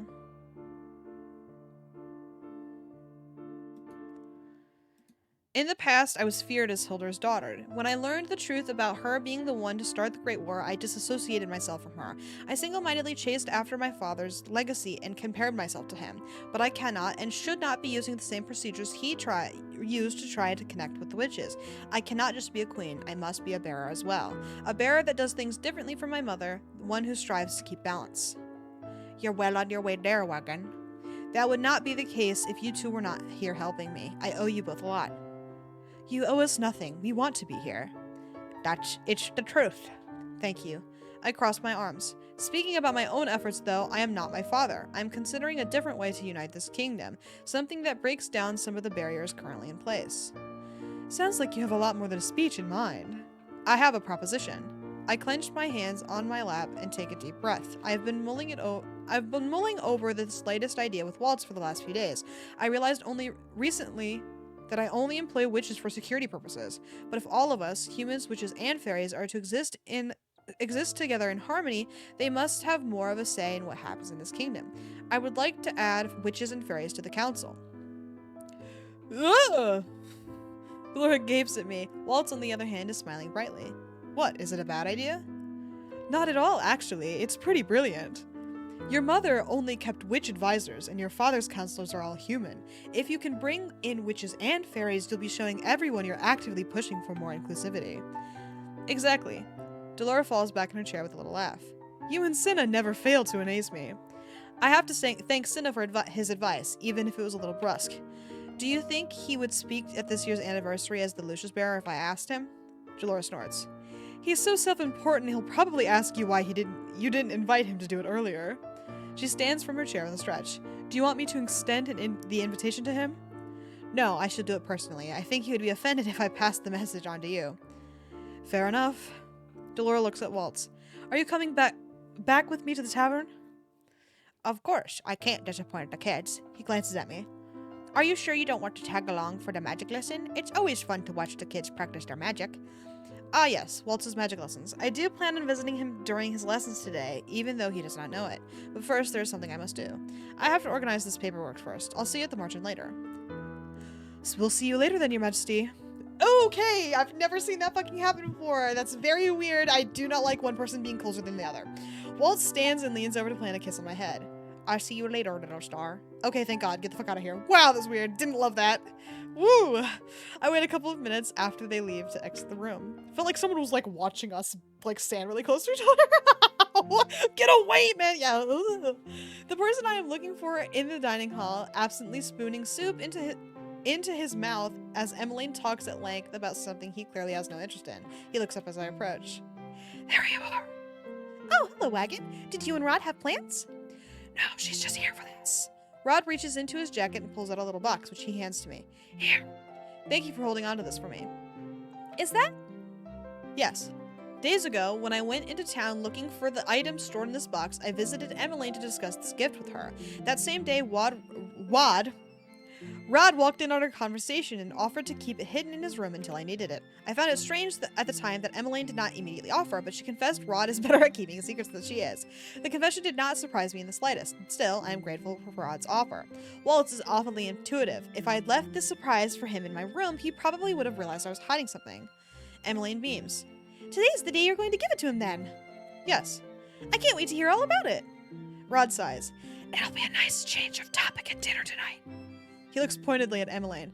That'll be nice not to hear Fritz for a change. Emmeline flushes. You asked what he'd said in this last letter. That was a long time ago, Em. You've been talking about it for what old? He's so fucking funny. Emmeline buries her face in her hands. I'm sorry, I went off on a tangent again. Rod sighs. Just let Fritz fill in some of the details when he arrives. When I look at him quizzically, Rod shrugs. Prince Lance wrote in his most recent letter, plan on visiting for this year's anniversary. He said he would be arriving sometime this week, but it's a surprise when. Every day Em wakes up and asks if there have been reports of their carriage on the portal. Rod! Rod dips his head slightly, as if to hide his smile. Rod, perhaps if you spoke more about your own affairs, Emmeline would not have to fill the silences of talks of Prince Lance. Rod scoffs. I have nothing to talk about. You always say that when it's not true. Wagon, did you know Rod received flowers from his secret admirer when he was out in town yesterday? I told him he ought to write a letter back, but he refused. Emmeline told me once that Rod was in love with one of her friends, the woman at the toy shop named Viorisa, but that love, which once flared so brightly, blew out years ago when Viorisa married. It is strange to think of Rod in love, even now. It's kind of weird. I'm not upset or anything, it's just a little weird. There's no point in giving someone false hope when you're interested in them. Then who would interest you? Emmeline puts her hands on the table and leans forward. Wagon and I can try to set you up with someone. No. The two of us speak in unison before exchanging relieved glances. No? I'm terrible at matchmaking. I don't believe that. I've told you a million times. I'm not interested in him. I'd rather listen to you talk all day about Prince Lance than have you try to set me up with someone. The words come out a groan. If you insist. It occurs to me belatedly that I do not have time for this conversation. I step away from the table. I will leave you two to your conversation. For now, I have a delivery to make. Emmeline's eyes are sparkling when she smiles at me. Good luck, Wagon. Good luck. Bye. I offer my sincerest thanks to both of them before heading to my room. I need to move this gift into another box. One, I think, that will be appropriate. About an hour later, I set off to town with a bag in hand. Accompanied by two knights, I make my way toward the food stalls where I purchase an assortment of chocolate. This idea came to me last minute, but, well, I think Waltz's students would appreciate a treat after their lesson. I stick the set carefully into my bag as I head over to the tavern. When we arrive by carriage, I dismiss the two knights and head into the tavern alone. I expect to see Waltz and his students in the tavern, but when I step inside, but I'm greeted with a much more unexpected sight. Instead, my beautiful wife. Hi. Oh, well, if it isn't the beautiful Ice Queen. Claude, heir to the throne of Brigantia, casually reclines in the chair at the center of the room. He sits at a table with Dolores, Cinna, and unfortunately, his younger brother Lance. Even if I had never met Prince Lance before, I would recognize him as Claude's brother. The two of them have the same fiery red hair and similar features. Hi, Grandma! Hi, Grandma! Hi! Wow, right before bed, too. Thank God. Whereas Claude is full of crooked smiles and secrets, Prince Lance is earnest and honest. As we keep telling me. Karma, you shouldn't color that! Prince Lance looks at me apologetically. Ignore my brother, your majesty! Prince Lance bows. It is a pleasure to see you, Queen Wagon! Sorry, I'm not used to the queen thing either. It is nice to see you both, too. I walk over to their table. What is all of this? Emmeline said you were coming for the anniversary celebration. When did you get here? A few hours ago. We parked the carriage a distance away as not to draw attention. And why exactly are you here? How disheartening to get a cold reception even from you, Wagon. Ah! Hi, Cinna. Cinna mumbles something beneath his breath.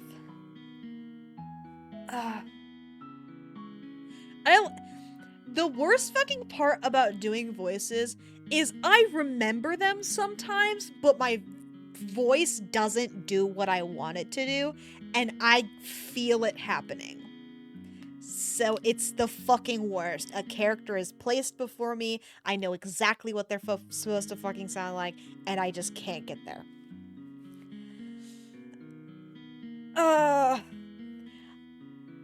Like, of course you're an unwelcome guest, and no one appreciates having a spontaneous visitor, especially when that visitor interrupts something important. Important? Were you not just hunting for insects in the forest? Don't demean my hobbies! Oh shit, that was fucking Fritz. You see what I mean. Delora laughs. It's good to have you here, Wagon. Maybe you can stop these two from fighting every 2 minutes. She crosses her arms. The princeling here barged in while Waltz was in the middle of his lessons. Lady Delora, you make it sound as if I was intruding. You know my intention was to come and catch up before my brother went to the palace. And I. Like, whatever your intention, you still interrupted Waltz's lesson. Where's Waltz now? He took his students to the forest when the princess showed up. He said he needed quiet for today's lessons. Dolores suddenly seems to notice the bag I'm carrying. What's in the bag? It is something for Waltz.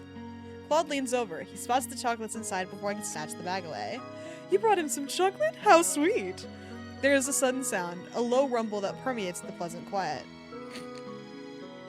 His hungry ass! Cinna smirking.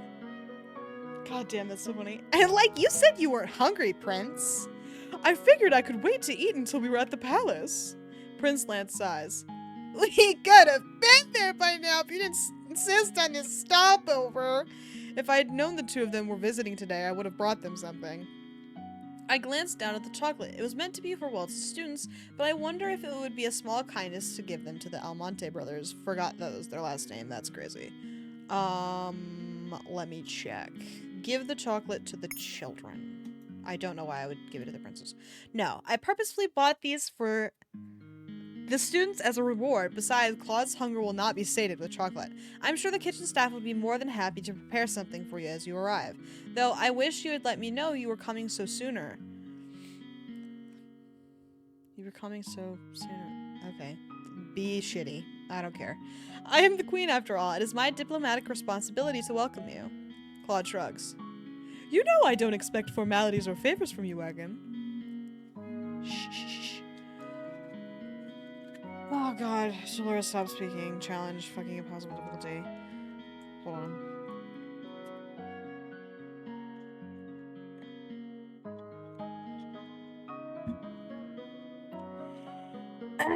I want to get us to a point where, like, we can, like, stop at a scene, but, And it would be foolish of him to expect those things in the first place.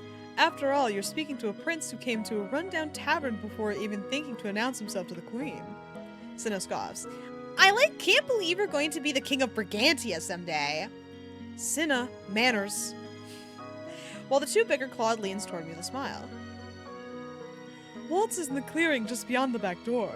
Thank you, Claude. I glance between him and Prince Lance. You two are not going to disappear before I come back, yes?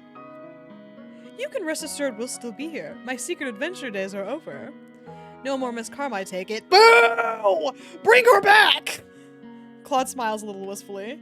I'm afraid not. I rather miss those days, though. Looks at you with my fucking transgender noticing eyes. Lance sighs. I don't. While you were here in Angel, we all thought you were dead. Ah, yes, that part was unfortunate. He's so funny for that. I leave the two brothers to reminisce as I head outside. Okay, and now we're done. Whoa, it's dark. It was light time in there. It was daytime. Okay. Fuck yeah. Rock on, brother.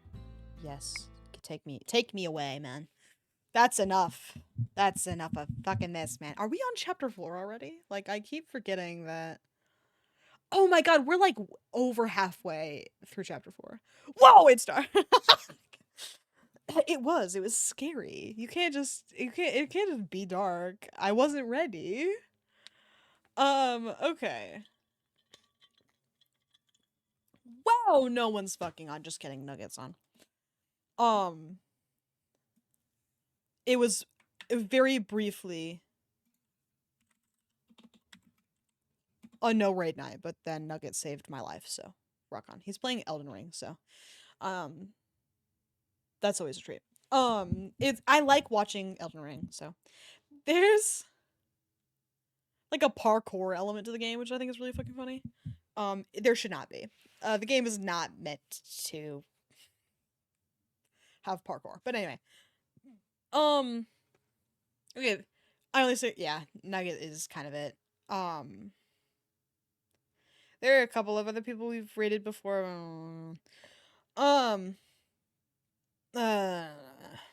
Anyway,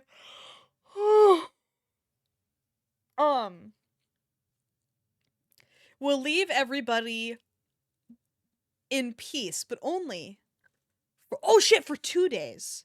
Because it's the 4th, so it's tomorrow, day off, 4th of July on Thursday, so no stream, fuck you.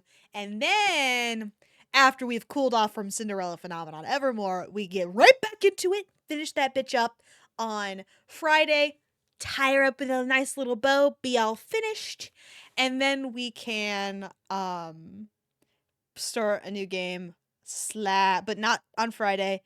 We will instead draw for Art Fight. Crossing those fingers. I'm sure the website will work by Friday. It's not that big of a deal. Bye, Naj. I will see everybody in Nuggets chat if you so desire. If not, I will see everybody Friday. Godspeed out there. I love you.